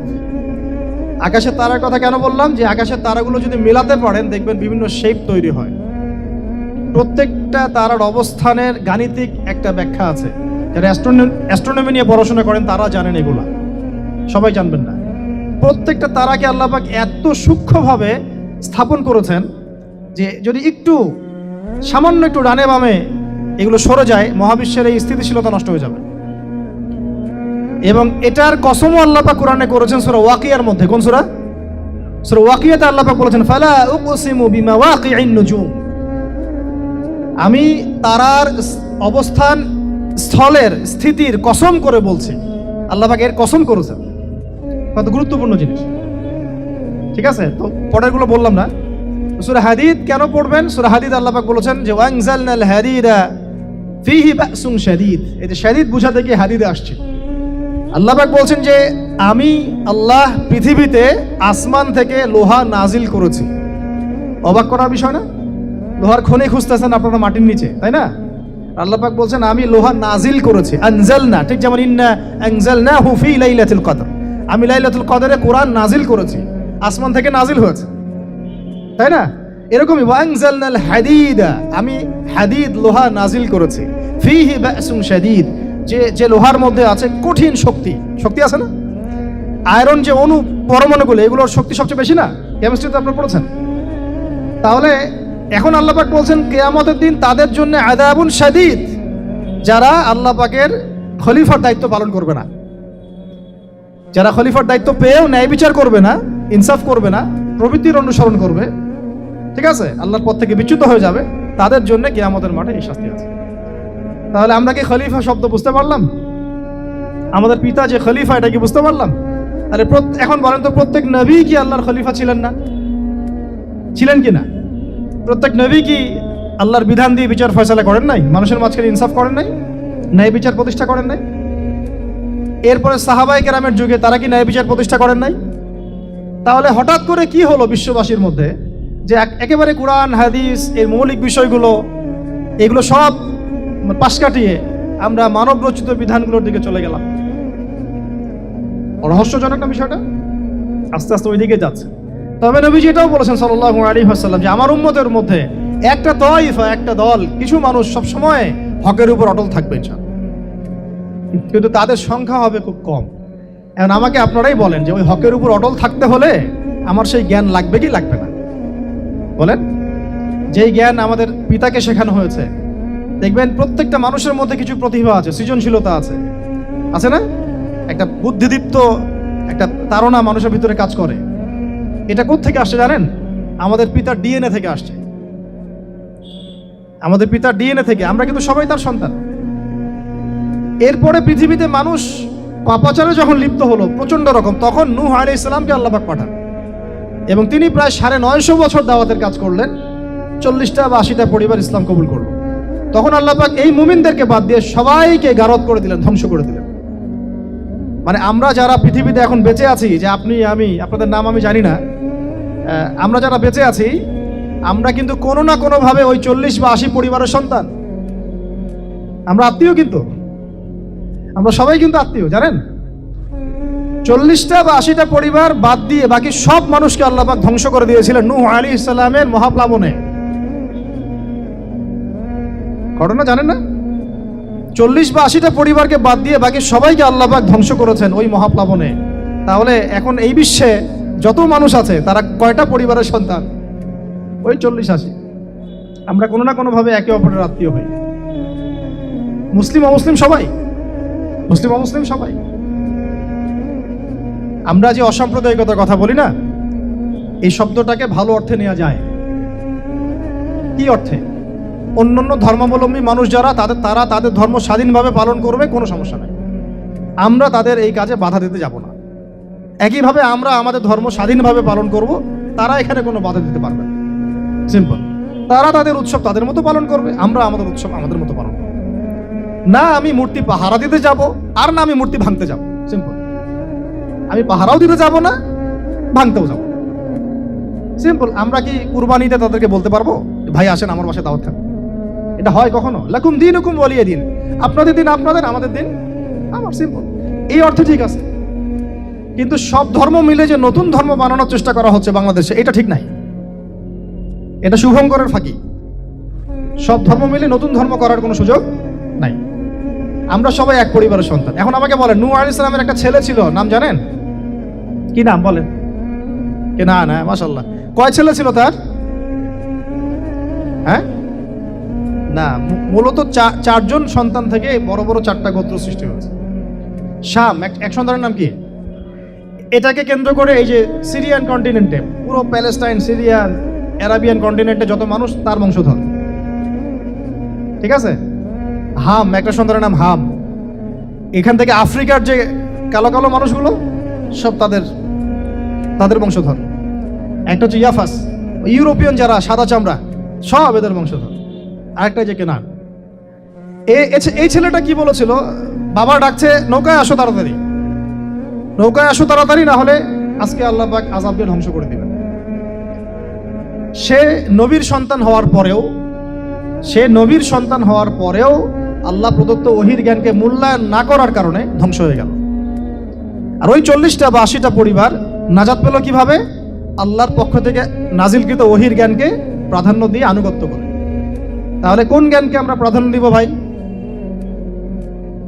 আমি বলছি না যে আমরা দুনিয়াবি জ্ঞানগুলোকে শিখবো না, ওই প্রসঙ্গে আমি একটু পরে আসছি, যে আমরা শিখবো এবং কিভাবে শিখবো, কতটুকু শিখবো। আগে এই অংশটুকু শেষ করি। ঠিক একইভাবে আপনারা কি আদ জাতির নাম জানেন? আদ, সামুদ। ওই যে সৌদি আরব এখন যেখানে লাইন বানাচ্ছে, লাইন প্রজেক্ট, ওই আল-ওলা বলে, আল-ওলা লাইন প্রজেক্ট বানাচ্ছে, দেখবেন অনলাইনে। ওই জায়গা দিয়ে নবী সাল্লাল্লাহু আলাইহি ওয়াসাল্লাম তাবুক যুদ্ধের সময় গিয়েছিলেন। যাওয়ার সময় তিনি বলেছিলেন, তোমরা মাথা নিচু করে কান্নাকাটি করতে করতে এখান থেকে অতিক্রম করো। সাহাবীরা মাথার উপর কাপড় দিয়ে কান্নাকাটি করতে করতে জায়গাটা পার করেছেন, কারণ ওই জায়গায় সামুদ জাতি ছিল যাদেরকে ধ্বংস করা হয়েছে। ওটা হচ্ছে এখন পর্যটন স্পট। সুবহানাল্লাহ। তো আদ এবং সামুদ জাতিকেও আল্লাহ পাক ধ্বংস করলেন, কিন্তু তাদেরকে করেন নাই যারা ওহীর জ্ঞানকে প্রাধান্য দিয়েছিল। ইব্রাহিম আলাইহিস সালাম কোন জ্ঞানের বদৌলতে আল্লাহকে চিনলেন? মানব রচিত জ্ঞান নাকি আল্লাহর পক্ষ থেকে নাজিলকৃত জ্ঞান? বলেন। মূসা আলাইহিস সালাম কোন জ্ঞানের বদৌলতে ফিরআউনের মতো এই যে কি বলবো প্রতাপশালী একজন শাসকের সামনে দাঁড়িয়ে বুক ফুলিয়ে ইসলামের দাওয়াত দিলেন? কোন জ্ঞানের আলোকে? ওহীর জ্ঞান। আর ওহীর জ্ঞান যখন নাজিল করা হয়েছে তখন তিনি দোয়াটা পড়ছিলেন, রব্বি ইশরাহ লি সাদরি ওয়া ইয়াসসির লি আমরি ওয়াহলুল উকদাতাম মিন লিসানি ইয়াফকাহু কওলি। প্রত্যেক নবী, ইউসুফ আলাইহিস সালাম কারাগারে 12 বছর থেকেছেন। কত বছর? 12 বছর। আমাদের অনেক ভাই এরকম 5 বছর, 7 বছর, 10 বছর, 12 বছর থেকেছে, আছে। এমনও মানুষ আছে, এখন বলা যায় তাই বলি, যে ওই যে একটা শব্দ শুনেছেন, আয়না ঘর, ওখানে দীর্ঘদিন ছিল, তারপরে নাই, কোথায় গেছে আল্লাহই ভালো জানে। ইউসুফ আলাইহিস সালামও এরকম কারাগারে ছিলেন। কত বছর? 12 বছর। কিন্তু আল্লাহ পাক তাকে এমন একটা জ্ঞান শিক্ষা দিয়েছিলেন, তিনি স্বপ্নের ব্যাখ্যা বলতে পারতেন, যে কোনো স্বপ্নের। রাজা স্বপ্ন দেখলেন যে যে 7টা গাভী, জীর্ণ শীর্ণ গাভী, মোটা তাজা গাভীকে খেয়ে ফেলছে। স্বপ্নের ব্যাখ্যা কেউ দিতে পারে না। কিন্তু ওই জেলখানায় 2জন ছাড়া পাওয়া মানুষ, ছাড়া পাইছে 2জন আর কি। 2জনের মধ্যে একজন বেঁচে আছে, একজন নাই। মানে 2জন বসে বসে ইউসুফ আলাইহিস সালামকে বলছিলেন যে আমরা একটা স্বপ্ন দেখলাম যে আমার মাথায় রুটি আছে, পাখি এসে রুটি খেয়ে ফেলছে। আর আমি স্বপ্ন দেখলাম যে আমি শরাব পান করাচ্ছি। ব্যাখ্যা কি ইউসুফ? তোমাকে সত্যবাদী বলে জানি। ইউসুফ আলাইহিস সালাম বললেন, তোমার মাথায় রুটি যেটা খেয়ে নিচ্ছে তার মানে তোমাকে শুলদণ্ড দেওয়া হবে, আর তুমি যে পানি পান করাচ্ছ তার মানে তুমি নাজাত পাবে, ছাড়া পাবে। হলেও তাই। আর যে নাজাত পাবে তাকে ইউসুফ আলাইহিস সালাম বলে দিলেন যে তুমি রাজ দরবারে গিয়ে আমার কথা বলো, আমার কথা আলোচনা করো। তো সে ভুলে গিয়েছিল। পরে যখন এই স্বপ্নটা দেখলো বাদশা, তখন বাদশা সবাইকে ডাকলো, ডেকে বললো যে এই গাভীর স্বপ্নের ব্যাখ্যা কি। তখন এই ব্যক্তির মনে পড়ছে, আর ইউসুফ তো ব্যাখ্যা দিতে পারে। সে গিয়ে ইউসুফ আলাইহিস সালামকে ডেকে নিয়ে আসতেছে যে এই রাজা স্বপ্ন দেখছে, ব্যাখ্যা কি। স্বপ্ন কিন্তু আপনার কাছে শুনে একটা স্বাভাবিক মনে হচ্ছে, আরে গাভীর আবার স্বপ্নের কি ব্যাখ্যা। তখন ইউসুফ আলাইহিস সালাম ব্যাখ্যা দিলেন যে 7 বছর ফসল ফলবে আপনাদের এলাকায়, তারপরের 7 বছর হবে দুর্ভিক্ষের সময়। কিসের সাথে কিসের ব্যাখ্যা? এই জ্ঞান কে শিখালেন তাকে? এই ইন্টারপ্রিটেশনের জ্ঞান কে শিখালেন? তাহলে জ্ঞানের মূল উৎস কে? আমার কথা বলার উদ্দেশ্য কি বুঝতে পারছেন? যত জ্ঞান তার মূল উৎস কে? স্বপ্ন একটা জ্ঞান, যদি সেটা সত্য হয়। আর জেনে রাখবেন, কিয়ামতের আগে আগে মুমিনদের স্বপ্ন বেশি বেশি সত্য হবে। ঠিক আছে? মুসা আলাইহিস সালামকেও সেই আল্লাহ জ্ঞান শিক্ষা দিলেন। ঈসা আলাইহিস সালাম এই কুষ্ঠরোগীর গায়ে হাত বুলালে ভালো হয়ে যায়। হ্যাঁ, অন্ধ ব্যক্তির মানে চোখে হাত বুলালে ভালো হয়ে যায়। এমনকি মৃত ব্যক্তিকে তিনি বলছেন কুম বিইজনিল্লাহ, আল্লাহর হুকুমে দাঁড়িয়ে যাও, দাঁড়িয়ে গেল। এই জ্ঞান কে দিয়েছেন তাকে? দাউদ এবং সুলাইমান আলাইহিস সালাম এই যে পশু পাখির ভাষা বোঝেন। সুলাইমান আলাইহিস সালাম পিঁপড়ার ভাষাও বোঝেন। আপনাদের সায়েন্স কি পিঁপড়ার ভাষা বোঝে? হ্যাঁ, আমরা তো এখন সায়েন্সকে সবকিছুর মানদণ্ড মনে করি, তাই না? সায়েন্স যদি বলে হ্যাঁ তাহলে হ্যাঁ, না বললে না। মানে এমন একটা ভাব, দেখেন সায়েন্সকে আমরা ইলাহ বানাইছি, ইলাহ, উপাস্য। সায়েন্স যদি বলে যে পৃথিবী থেকে অমুক অমুক কোটি কোটি আলোকবর্ষ দূরে একটা গ্রহের সন্ধান পাওয়া গেছে, নাম দিল ধরেন যে আলফা এক্স ওয়াই জেড কিছু একটা, ওখানে হুরপড়ি আছে, হ্যাঁ ওখানে দুধের সাগর আছে, মধুর সাগর আছে, তো মানুষ তখন বিশ্বাস করা শুরু করবে, হ্যাঁ হ্যাঁ তাই তো থাকতেই পারে। নাসা বলেছে না হয়ে পারে, নাসা মন্তব্য করেছে না হয়ে পারে। ওরকম যদি বলে অনেক দূরে একটা আগুনের একটা বিশাল পাওয়া গেছে, গ্রহ পাওয়া গেছে, ওখানে আযাব দেওয়া হয়, শাস্তি দেওয়া হয়, ওখানে অন্য মাখলুক আছে, ওদের ভাষায় এলিয়েন আর কি, মানুষ বিশ্বাস করে। এটা আল্লাহ পাক কোরআনে বলছেন যে সুলাইমান আলাইহিস সালাম পিঁপড়ার ভাষাও বুঝতেন, ওই কথা বিশ্বাস করতে চাচ্ছে না। সুলাইমান আলাইহিস সালাম বাতাসে ফ্লাই করতে পারতেন, এটা বুঝতে পারতেছেন, বিশ্বাস করে না। তাহলে ওই প্রযুক্তি না থাকলে এয়ারক্রাফট কিভাবে আবিষ্কার করলেন? যে প্রযুক্তিগুলো পৃথিবীতে চলে গেছে ইতিমধ্যে, ওগুলো ভবিষ্যতেও আসতে পারে। যেমন একটা প্রযুক্তির কথা বলি, সুলাইমান আলাইহিস সালাম বসে আছেন, একজনকে বললেন না সাবার রানী বিলকিসের সিংহাসন কে নিয়ে আসতে পারবে? একজন বলল যে আপনি উঠে দাঁড়াইতে যতক্ষণ সময় লাগে এর মধ্যে নিয়ে আসবো। উনি বললেন যে হবে না, এটাতে হবে না, তুমি স্লো, তুমি 3G 4G না, এত স্লো স্পিডে আমার হবে না। এই কথা বলেন নাই, মজা করলাম আর কি। আমাদের ইউটিউবাররা আবার এই অংশ কাট করে আবার প্রচার করে দিতে পারে। দেখেন কিসের সাথে কি ব্যাখ্যা করলো। কোরআনকে 3Gর সাথে তুলনা করলেন আবু তোহাদ না, ব্যাস কাম সারা দেশে ওইটাই ইস্যু। তখন মহা মুসিবত, মানে বাঙালি জাতির মধ্যে দিন প্রচার করা। আমাদের সালাফদের ভাগ্য ভালো যে তারা আগেই, মানে এই প্রযুক্তি আসার আগেই দুনিয়া থেকে তারা চলে গেছে। মুশকিল না, যত ইস্যু এগুলোর কারণেই সৃষ্টি হয়। তো যাই হোক, প্রসঙ্গে আসি। কোথায় ছিলাম ভাই, যে কথা হারায় ফেললাম। হ্যাঁ, আরেকজন বললেন যে না, আপনি চোখের পলক ফেলতে যতক্ষণ লাগে এর মধ্যে দেখবেন সিংহাসন সামনে। সুবহানাল্লাহ, কি প্রযুক্তি বলেন! এই প্রযুক্তির সামনে কি বিশ্ববাসী যেতে পেরেছে? দেখেন সুলাইমান আলাইহিস সালামের বাতাসে ফ্লাই করাটা কিন্তু এখন পৃথিবীতে খুব কমন হয়ে গেছে। আমরা সবাই ফ্লাই করতেছি বাতাসে, তাই না? যদি আপকামিং কোনো সময় আপনি দেখেন যে এইরকম চোখের পলকেই একটা বস্তু আরেকটা জায়গা থেকে এক জায়গায় চলে আসতেছে, আমি অবাক হব না ইনশাআল্লাহ। কারণ কোরআনে অতীতে এই ঘটনার দলিল আছে। বুঝতে পারতেছি না? এক কথায় সমস্ত জ্ঞানের মূল উৎসকে। এরপরে আসেন, অত আর লম্বা করছি না, আমাদের নবী মুহাম্মদ সাল্লাল্লাহু আলাইহি ওয়াসাল্লাম আসেন। আমরা তো তার উম্মত। 23 বছরে, একটু মনোযোগ দেন, এটা আলোচনার লাস্ট পার্ট, ঠিক আছে? 23 বছরে তিনি পুরো জাহেলিয়াতকে পরিবর্তন করে দিয়েছেন। কত বছরে? 23 বছর। আপনারা কি জানেন যে আইয়ামে জাহিলিয়াতে আসলে কি কি সমস্যা ছিল? কেন ওই যুগটাকে আমরা জাহিলিয়াত বলি? বেসিক্যালি 5-6টা সমস্যা ছিল। কয়টা? 5-6টা। 1 নম্বর শিরক। 1 নম্বর কি? আমার সাথে বলেন। শিরক আমাদের ওয়ার্ল্ডে নাই, এটা তো গ্লোবাল শিরক চলতেছে এখন। শুধু ধর্মীয় শিরক চলতেছে না, কিন্তু এখন শিরক হচ্ছে পলিটিক্সে, শিরক হচ্ছে ইকোনমিক্সে, শিরক এডুকেশনেও আছে, শিরক কালচারের মধ্যেও আছে। কথাগুলো বুঝতে হবে একটু গভীরভাবে। তখন সমস্যা ছিল রিবা, সুদ। এখন নাই। রিবা ছাড়া কোনো সিস্টেম আছে এখন ওয়ার্ল্ডে? আমি গতকালকে একটা হাদিস মোতালা করছিলাম সুদ সংক্রান্ত। নবীজি বলেছেন সাল্লাল্লাহু আলাইহি ওয়াসাল্লাম যে একটা যুগ আসবে সামনে, সুদবিহীন কোনো মানুষই চলতে পারবে না। যে চলতে চাইবে তার গায়েও সুদের ছিটা ফোটা গিয়ে লাগবে। আসে নাই সেই যুগ? সুবহানাল্লাহ। কিভাবে তিনি এত স্পেসিফিকলি কথাগুলো বলতে পারেন? নিশ্চয়ই তিনি এমন একজন সত্তার কাছ থেকে জ্ঞান পেয়েছেন যিনি সব জানেন, অতীত, বর্তমান, ভবিষ্যৎ, তাই না? এমনকি নবীজি বলেছেন ইমাহাদির সময় যে 10 জন ঘোর সাওয়ার বের হবে এবং তারা গিয়ে খোঁজ নিতে যাবে যে দাজ্জাল বের হয়েছে কিনা। নবীজি বলছেন আমি সেই 10 জনের নামও জানি, তাদের বাবার নামও জানি। সুবহানাল্লাহ, সুবহানাল্লাহ।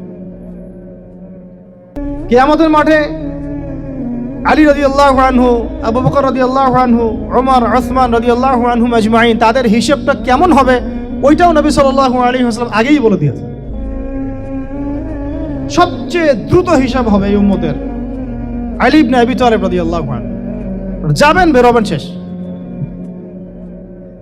কি মানুষ, তার জীবনীটা পড়ে দেখবেন। আমি শেষের দিকে বলে দিব আপনাদেরকে আজকে, এবং এটা রেকর্ডেড থাকবে, ইনশাআল্লাহ অনলাইনে দিয়ে দিব, যে আপনারা কোন কোন সাবজেক্টের বই কিনবেন। বই মেলা তো শুধু মানে আসলেন একটা একটা র্যান্ডমলি বই কিনলেন এমন না, টপিক ধরে ধরে সাবজেক্ট ওয়াইজ বই কিনতে হবে, ঠিক আছে ভাই? বই কেনার পিছনে টাকা পয়সা খরচ যদি না করেন, মানে দিনের জন্য অর্থ ব্যয় করার মানসিকতা না থাকে, এলেম পাওয়া যাবে। অনেক মুহাদ্দিস নিজের গায়ের জামা খুলে দিয়ে পর্যন্ত বই নিয়ে বাসায় গিয়েছে, জানেন? তাদের সমস্ত সম্পত্তি বিক্রি করে দিয়েছেন বই কেনার জন্য। আজকে সকালে আমাদের এক ভাই মোজাকারা করছিলেন যে আমারই এক ওস্তাদ, বাংলাদেশের অনেক বরেণ্য একজন আলেমে দ্বীন, প্রবীণ আলেমে দ্বীন, তার কথা আলোচনা হচ্ছিল যে তিনি কিতাব পড়তে পড়তে পড়তে হঠাৎ একটা কিতাব তিনি খুঁজে পাচ্ছেন না। তো ছাত্রদেরকে পাঠালেন যে খুঁজে নিয়ে আসো তো, কোথায় আছে, কেউ খুঁজে পায় না।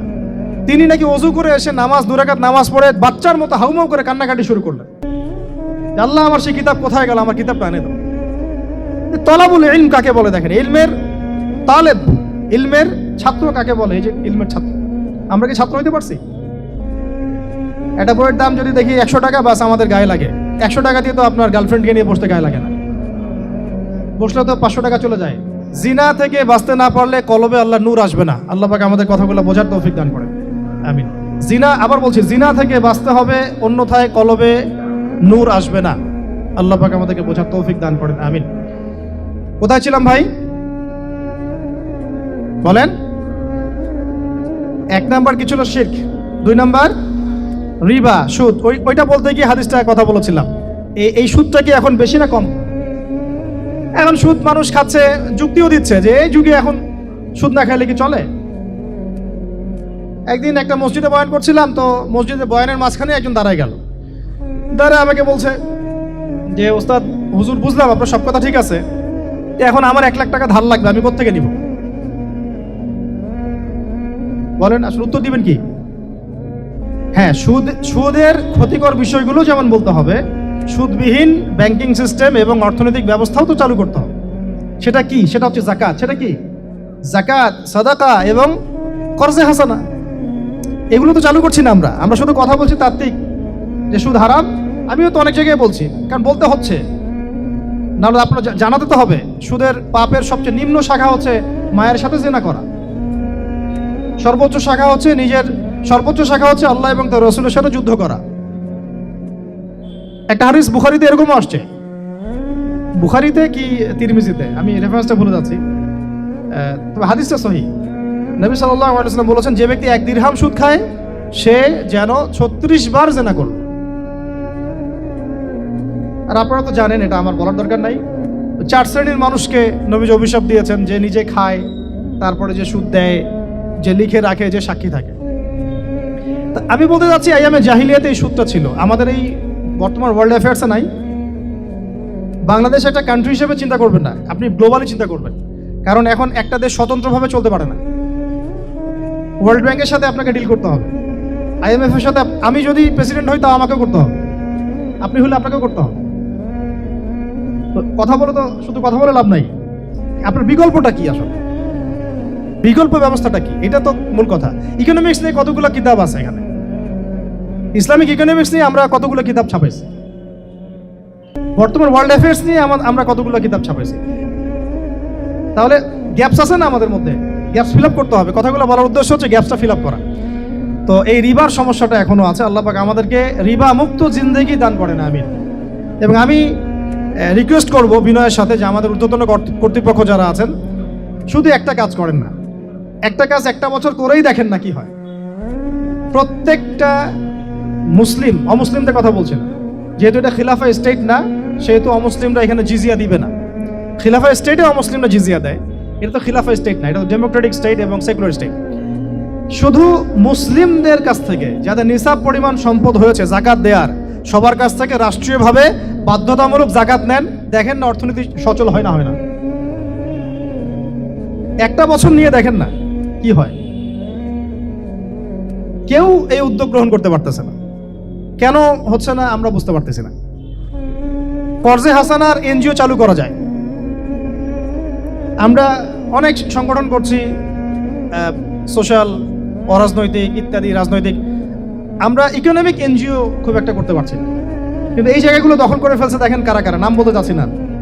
এবং যারা যারা দখল করছে তারা কিন্তু এখন রাষ্ট্রের অনেক বড় বড় জায়গা হস্তক্ষেপ করতেছে। উত্তরবঙ্গ জুড়ে, পুরো উত্তরবঙ্গে ঘুরে আসেন, দেখেন কাদের তৎপরতা বেশি। নীলফামারীতে সফর করে দেখলাম যে ওখানে একটা গ্রামের মধ্যে 24টা এনজিও কাজ করতেছে, সুদী সব। তারপরে মানুষ তামাক চাষ করে খাচ্ছে।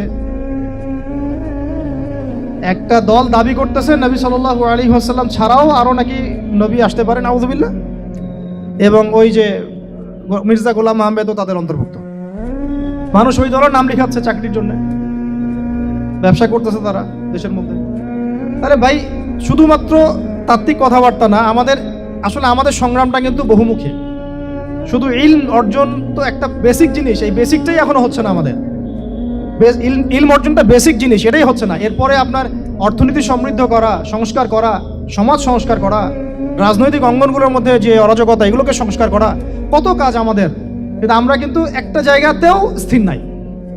ইভেন একটা মাসালাতেও আমরা এক জায়গায় আসতে পারতেছি না, ঐক্যবদ্ধ হতে পারতেছি না। আমরা খুবই ব্যাকডেটেড চিন্তা করতেছি এই জায়গা থেকে। অথচ আমাদের উচিত ছিল এই প্রবলেমগুলোকে আরো 30-40 বছর আগেই সলভ করা। তাহলে এখন হয়তো আপনি ভালো কিছু পেতেন। আমাকে একটা প্রতিষ্ঠান দেখান যেখানে নুরানি থেকে নিয়ে, মানে নুরানি থেকে দাওরা বা ক্লাস নার্সারি থেকে মাস্টার্স, এরকম সিলসিলায় ইসলামিক শিক্ষা এবং জেনারেল শিক্ষাকে একত্রিত করে একটা সিলেবাস মেনটেন করে পড়ানো হচ্ছে। আমাকে কয়েকটা প্রতিষ্ঠানের নাম বলেন, আমি ওখানে আমার মেয়েকে ভর্তি করাবো। আমাকে দেন, রেডিমেড দেন, আমার ছেলেকে ভর্তি করাবো। আমরা ফিকির করতেছি না, এটা হওয়া উচিত ছিল বিগত 30 বছর আগেই। আমি আপনাদেরকে বলি যে প্রকাশনা সংস্থার ভাইরা আছেন অনেকে এখানে। ধরেন আমাদের রংপুরের কোনো ভাই আপনাদেরকে পুরো 1 বিঘা জমি দিল, ধরেন 5 বিঘা জমি দিয়ে দিল, ঠিক আছে?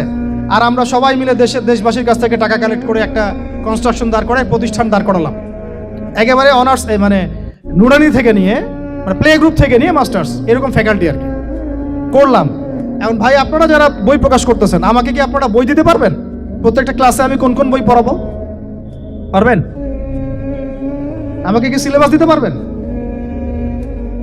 কথা বলেন। প্লে গ্রুপে কোন কোন বই পড়াবো আমাকে দেন, নার্সারিতে দেন, STD 1-এ দেন, 2-তে দেন, 3-তে দেন, 5-এ দেন, এভাবে আপনি আমাকে ক্লাস 10 পর্যন্ত দেন। তারপরে কি আপনি আমাকে অনার্স, মাস্টার্স, এই ফ্যাকাল্টিগুলো আলাদা আলাদা, এগুলো কি ইউনিভার্সিটি আদলে আপনি কি আমাকে সাজা দিতে পারবেন? আমরা জায়গা দিব, টাকা দিব, প্রতিষ্ঠান করে দিব। প্রকাশনা সংস্থা থেকে কি আমরা এতটুকু পেতে পারি? এবং এমন এমন আলেমের প্রোডাক্ট যে আলেমরা সারা ওয়ার্ল্ডকে ডিল করতে পারে, মানে ইন্টারন্যাশনাল স্কলার।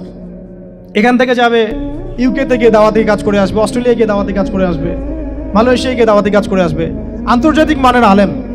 আমরা কি জেনারেল শিক্ষিত ব্যাকগ্রাউন্ড থেকে তৈরি করতে পারবো? পারছি কি? আর আপনারা আমাকে বলেন তো ভাই, যে কত পার্সেন্ট মানুষ জেনারেল শিক্ষিত আর কত পার্সেন্ট মানুষ মাদ্রাসায় শিক্ষিত? কাদের পরিসংখ্যানটা বেশি? তারা কি, তাদের কোনো অবদান রাখার কোনো সুযোগ নাই? এখন যদি এই ক্লাসিক্যাল পড়াশোনা না হয়, ইলমের এই গভীরতায় না যায় এবং বড় বড় ওলামায়ে কেরামদের সোহবতে তারা না আসে, তাহলে কিভাবে তারা বিশুদ্ধ ইসলাম শিখবে আর প্রচার করবে আর প্রতিষ্ঠা করবে? তো প্রশ্ন কিছু করে গেলাম, আজকে প্রশ্নগুলো রেখে যাচ্ছে এই কারণে যে এগুলো নিয়ে আপনারা ভাববেন, যে আপনারা আমাকে একটা ইসলামিক ইউনিভার্সিটি করার মতো বইপত্র আমাকে বানায় দেন না। দায়িত্ব নেন কেউ, আপনারা সবাই মিলে দায়িত্ব নেন। আমি এখানে একটা স্কুল আছে আমাদের ছোট্ট, তোহাজিন নুরাইন ইসলামিক স্কুল। এই স্কুল আমরা করেছি প্লে, নার্সারি, কেজি 1, 2, 3, 4, 5 এতটুকু, ট্রাইলিঙ্গুয়াল, মানে Bangla medium English version, medium না ইংলিশ ভার্সন আর অ্যারাবিক। এই সিলেবাসটুকু করতে, এই 8টা ক্লাসের সিলেবাস করতে আমাকে 7 দিন 8 দিন একেবারে বাংলা বাজার ঘাটাঘাটি করে, আমরা আগে তো ইংলিশ মিডিয়ামে পড়াশোনা করতাম, ওই অক্সফোর্ডের বই ঘাটাঘাটি করো, ব্রিটিশ কাউন্সিলের বই ঘাটাঘাটি করো, তারপরে ওদের ম্যাথামেটিক্স, ওদের সায়েন্স, আবার এই মাদ্রাসার অ্যারাবিক, আবার এই সরকারি কারিকুলামের বই, এগুলো ঘাটতে ঘাটতে ঘাটতে একটা সিলেবাস আমরা দাঁড় করাতে পারছি। মাত্র 5টা ক্লাস পড়তে পারবে। এরপরে এটা করতে গিয়ে যে দেখলাম যে আসলে এগুলোর যে এত ঘাটতি আছে বাজারে, রেডিমেড কোনো প্রোডাক্ট এগুলো নাই। ঘুরে ফিরে কি সেই আমরা একই জিনিসই চর্চা করতে থাকবো, নাকি আমরা একটু বহির্বিশ্বে যেভাবে দিন প্রচার হচ্ছে এই মান দিতে পারি? এটা আমাদের উচিত না করার কাজটা? হ্যাঁ, এটা তো আমাদের হাতে রাষ্ট্রীয় ক্ষমতা নাই, থাকলে না হয় উপরের লেভেল থেকে এগুলো করা যায় খুব সহজ। তাহলে এই কাজগুলো কাদের করতে হবে? তাহলে বেসরকারিভাবে করতে হবে। এখন আমরা যারা বইকে ভালোবাসি, জ্ঞানকে ভালোবাসি, আল্লাহকে ভালোবাসি, রাসূলকে ভালোবাসি, চাই যে আমরা যা করছি আমাদের পরের প্রজন্মটা মানুষের মতো মানুষ হোক। কাজ কি কম না বেশি আমাদের বলেন? সেক্ষেত্রে কাজগুলো কিন্তু ওইভাবে হচ্ছে না ভাই। একটা বিষয়ের বই সবাই ছাপাচ্ছি, কেন? কি দরকার আছে? একটা বিষয়ের বই আমি সবাই ছাপাচ্ছি। একটা জিনিস, একটা হিস্ট্রির একটা কিতাব অনেকগুলো প্রকাশনী আপনারা করতেছেন, একই বই ফাইজুল কালাম সবাই করতে আছে। একটা বই তাসাউফ আত্মশুদ্ধি অনেক প্রকাশনী করতেছে, কপি করতেছে। ভাই আমাদের কি কাজ কি দুনিয়ার স্বার্থ উদ্ধার করা, না আমার দিনের কোনো খেদমত? আমার কথায় মাইন্ড করবেন না, আমি মাইন্ড করার মতো কথা বলছি না। আমি বলছি আপনাদেরকে আরো যেন কনস্ট্রাকটিভ হয় কাজগুলো। মানে আপনাদের সাথে আমি বসবো ইনশাল্লাহ আবার আলাদা করে, যে একটা আমাকে পুরো শিক্ষা ফর্মুলা আমাকে দিবেন, মানে প্রত্যেকটা ক্লাসের বই রেডি করে দিবেন, যাতে আমরা প্রতিষ্ঠান বানালেই একদম পুরা কমসে কম ক্লাস 1 থেকে 10 ঢেলে দিতে পারি, আমার পরিশ্রম করতে না হয়। ওখানে বাংলা মিডিয়ামের বই থাকবে, ইংলিশ মিডিয়ামেরও থাকবে এবং অ্যারাবিক তো থাকবেই। একটা গঠনমূলক সিলেবাস, যেটা পড়লে আমার ছেলে মাশাআল্লাহ হাফেজও হবে, এদিকে মাশাআল্লাহ সে ইংরেজিতেও দক্ষ হবে, সায়েন্সেও দক্ষ হবে। এক পর্যায়ে যখন সে এসএসসি পাস করবে, সে দেখবেন যে যার রাস্তা বেছে নিচ্ছে। বেজ আমি তাকে করে দিছি 10 পর্যন্ত। এখন সে ডক্টর হোক আর ইঞ্জিনিয়ার হোক, আর না হয় যদি আল্লাহর খলিফাই হয়, কোনো সমস্যা নেই। সমস্যা আছে? এটা দরকার ছিল ভাই, আরো 30 বছর আগে দরকার ছিল। আমরা যেটা পাই নাই, এটা আমাদের আফসোস। আর এই জেনারেল ব্যাকগ্রাউন্ড থেকে এইরকম জায়গায় উঠে এসে এই যে এগুলো কথাগুলো বলা বা এই কাজগুলো করা, এগুলো সবাইকে হয়তো আল্লাহ পাক এভাবে কবুল নাও করতে পারে। এর পিছনে অনেক গল্প থাকে, অনেক হিস্ট্রি, অনেক ত্যাগ, অনেক আত্মত্যাগ, এগুলো সবাই হতে পারবে না। কিছু মানুষ বের হয়ে আসছে, ডক্টর জাকির নায়েক তো সবাই হইতে পারে নাই, পারছে? তো এই জিনিসগুলো আমাদের বুঝতে হবে যে আমভাবে সবাই সবকিছু করতে পারবে না। আমাদের একটা একাডেমিক ফর্মুলা দরকার, যেখানে আমরা পড়বো, আমরা আলেম হয়ে বের হবো। ইনশাআল্লাহ পারা যাবে তো ভাই ইনশাআল্লাহ? আচ্ছা, অনেক গভীরে চলে গেছি, আপনাদেরকে মানে অনেক বেশি বিরক্ত করে ফেলতেছি আর কি। তো কথাগুলো বলার খুব মন চাচ্ছিল, তো বলে ফেললাম। আর আমরা চাচ্ছি এই কথাগুলো সবার কাছে পৌঁছাক, যাতে করে অন্তত বিভাগীয় শহরগুলা, অন্তত ঢাকা, রংপুর, রাজশাহী, মানে বড় বড় শহর আমাদের, চট্টগ্রাম, কক্সবাজার ইত্যাদি ইত্যাদি বড় বড় শহরগুলোতে যদি একটা করে এরকম একটা করে প্রতিষ্ঠান থাকে, যেখানে আপনি পুরো জেনারেল শিক্ষা এবং ইসলামী শিক্ষা দুটোকে সমন্বয় করে এবং এই মানে দ্বিমুখী শিক্ষার মেরুকরণটাকে দূর করে একটা কনস্ট্রাকটিভ সিলেবাস দিতে পারেন, দেখবেন আজকে না হোক আজকে থেকে 10 থেকে 15 বছর পরে আমাদের ছেলে মেয়েদের একটা প্রজন্ম আসবে, দেখবেন ইনশাআল্লাহ ওরা আমাদের চেয়ে অনেক ডিনামাইট হবে। এই যে আজকে অনেকগুলো আয়াত বললাম, অনেকে হয়তো জানেন না বা পড়েন নাই, ওরা ক বলতেই বুঝে ফেলবে কোন সূরায় আছে। হবে না? সম্ভব। আর যদি না করতে পারি তাহলে ঘুরে ফিরে ওই একই অবস্থা। ওইটা দিয়ে হবে না ভাই। এই মানে ইসলাম বিষয়টা কি, এটা এমন না যে কিছু অংশ নিলাম কিছু অংশ নিব না, এটা এমন না। নিলে ভাই নেওয়ার মতো নেওয়া লাগে। উদখুলু ফিস-সিলমি কাফা, একেবারে পরিপূর্ণরূপে দিনে প্রবেশ করেন। সিরিয়াসলি নেন, চান্স তো একটাই। আল্লাহ পাক আমাদের কথাগুলো বোঝার তৌফিক দান করেন। এখন এই প্রতিষ্ঠানগুলোর দরকার আছে না নাই? এর গুরুত্বটা বোঝার যোগ্যতা আল্লাহ পাক আপনাদেরকে দান করেন, দোয়া করি আমি। তো ভাই আর লম্বা করতেছি না, আমি শেষের অংশটুকু বলে শেষ করে দিচ্ছি যে এই সুদ আর শিরক যেমন ওই সময় ছিল এখনো আছে, আর ওই আইয়ামে জাহিলিয়াতের সেই সুদ আপনি দেখলেন, এখন শিরক দেখলেন। মাদক আছে না নাই? আইয়ামে জাহিলিয়াতের মাদক, আইয়ামে জাহিলিয়াতের এই নারী জাতির অবমাননা আছে না সমাজে? নাই? ব্যাখ্যা করতে যাচ্ছি না, আপনারা জানেন সব। আর আইয়ামে জাহিলিয়াতে ছিল একটা গোত্রীয় হানাহানি, দ্বন্দ্ব, মারামারি, এখন সমাজে নাই? এটাই তো চলতেছে এখন সমাজে। তো এখন এই জাহেলিয়াতের সমাজটাকে মাত্র 23 বছরের মধ্যে আমাদের নবীজি চেঞ্জ করে দিয়েছেন। কত বছর? এখন আপনারা আমাকে বলেন তো যে তিনি কি কোনো জাদু করছেন? তিনি কি কোনো জাদু দেখাইছেন সমাজে এসে? মানুষকে মারছেন? মানুষকে কি তিনি মানে কঠোর ছিলেন? তিনি তার কাছে আল্লাহর ফেরেশতা আসতো, তিনি কি সেই শক্তি কাজে লাগায় একদম সমাজের মানুষকে জোর করে ইসলাম কবুল করাইছেন? তিনি কি করছেন 23 বছরে? এটা বলে শেষ করে দিব। তবে তার আগে শুধু এতটুকু বলবো, 23 বছর পরের মক্কাটাকে একটু দেখেন। 23 বছরের পরের মক্কাটাকে একটু দেখেন।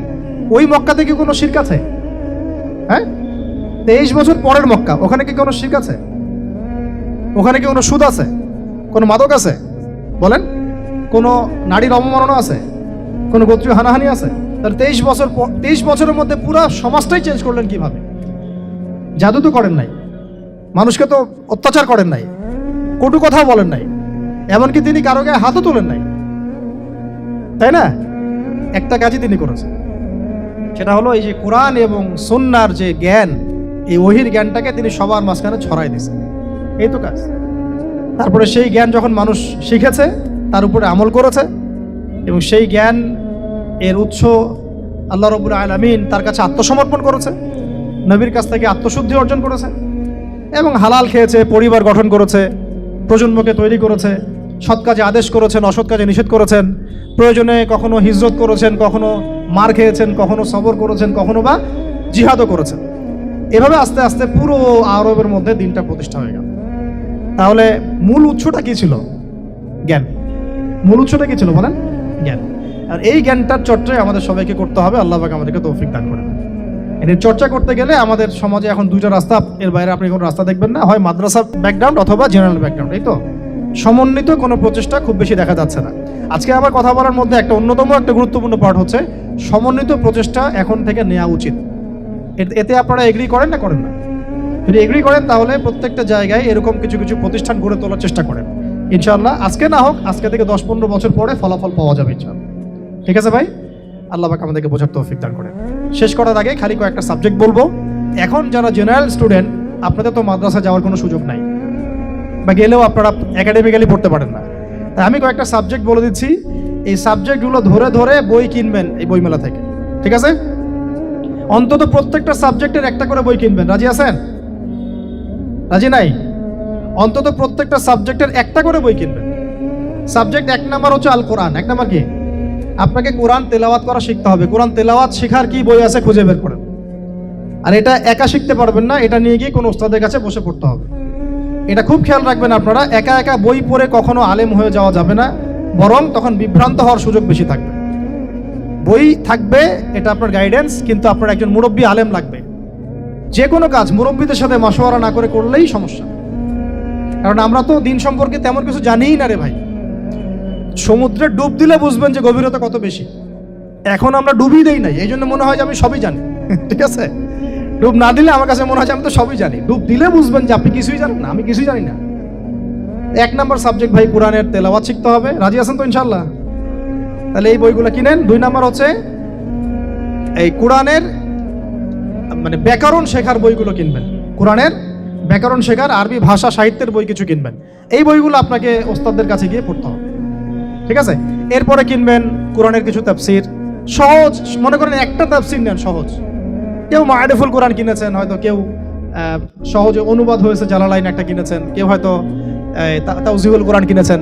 একটা তাফসির বাসায় রাখেন অন্তত, ঠিক আছে? এটা হলো 3টা। 4 নাম্বার হচ্ছে হাদিসের অন্তত একটা বই কিনেন আজকে। হাদিসের সহজ কিতাব কিনবেন। অনেকে দেখা যায় যে ভাই একেবারে হেদায়েত পেয়ে সহিহ বুখারী নিয়ে বসে যান, একেবারেই গলত কাজ আপনার, এটা একেবারেই গলত কাজ। সহিহ বুখারী পড়তে গেলে 12 বছর সময় লাগে মানুষের। ওই লেভেলে যাইতে একটা মানুষের 12 বছর সময় লাগে। ওটা সবার প্রথমে ওটা খুললে তো আপনি হাদিস বুঝবেনই না, মনে হবে যে হাদিস কোরআনের সাথে সাংঘর্ষিক, এরকম মনে হবে। সহজ থেকে 1 লাফে কি আমরা ক্লাস 10-এ যাই?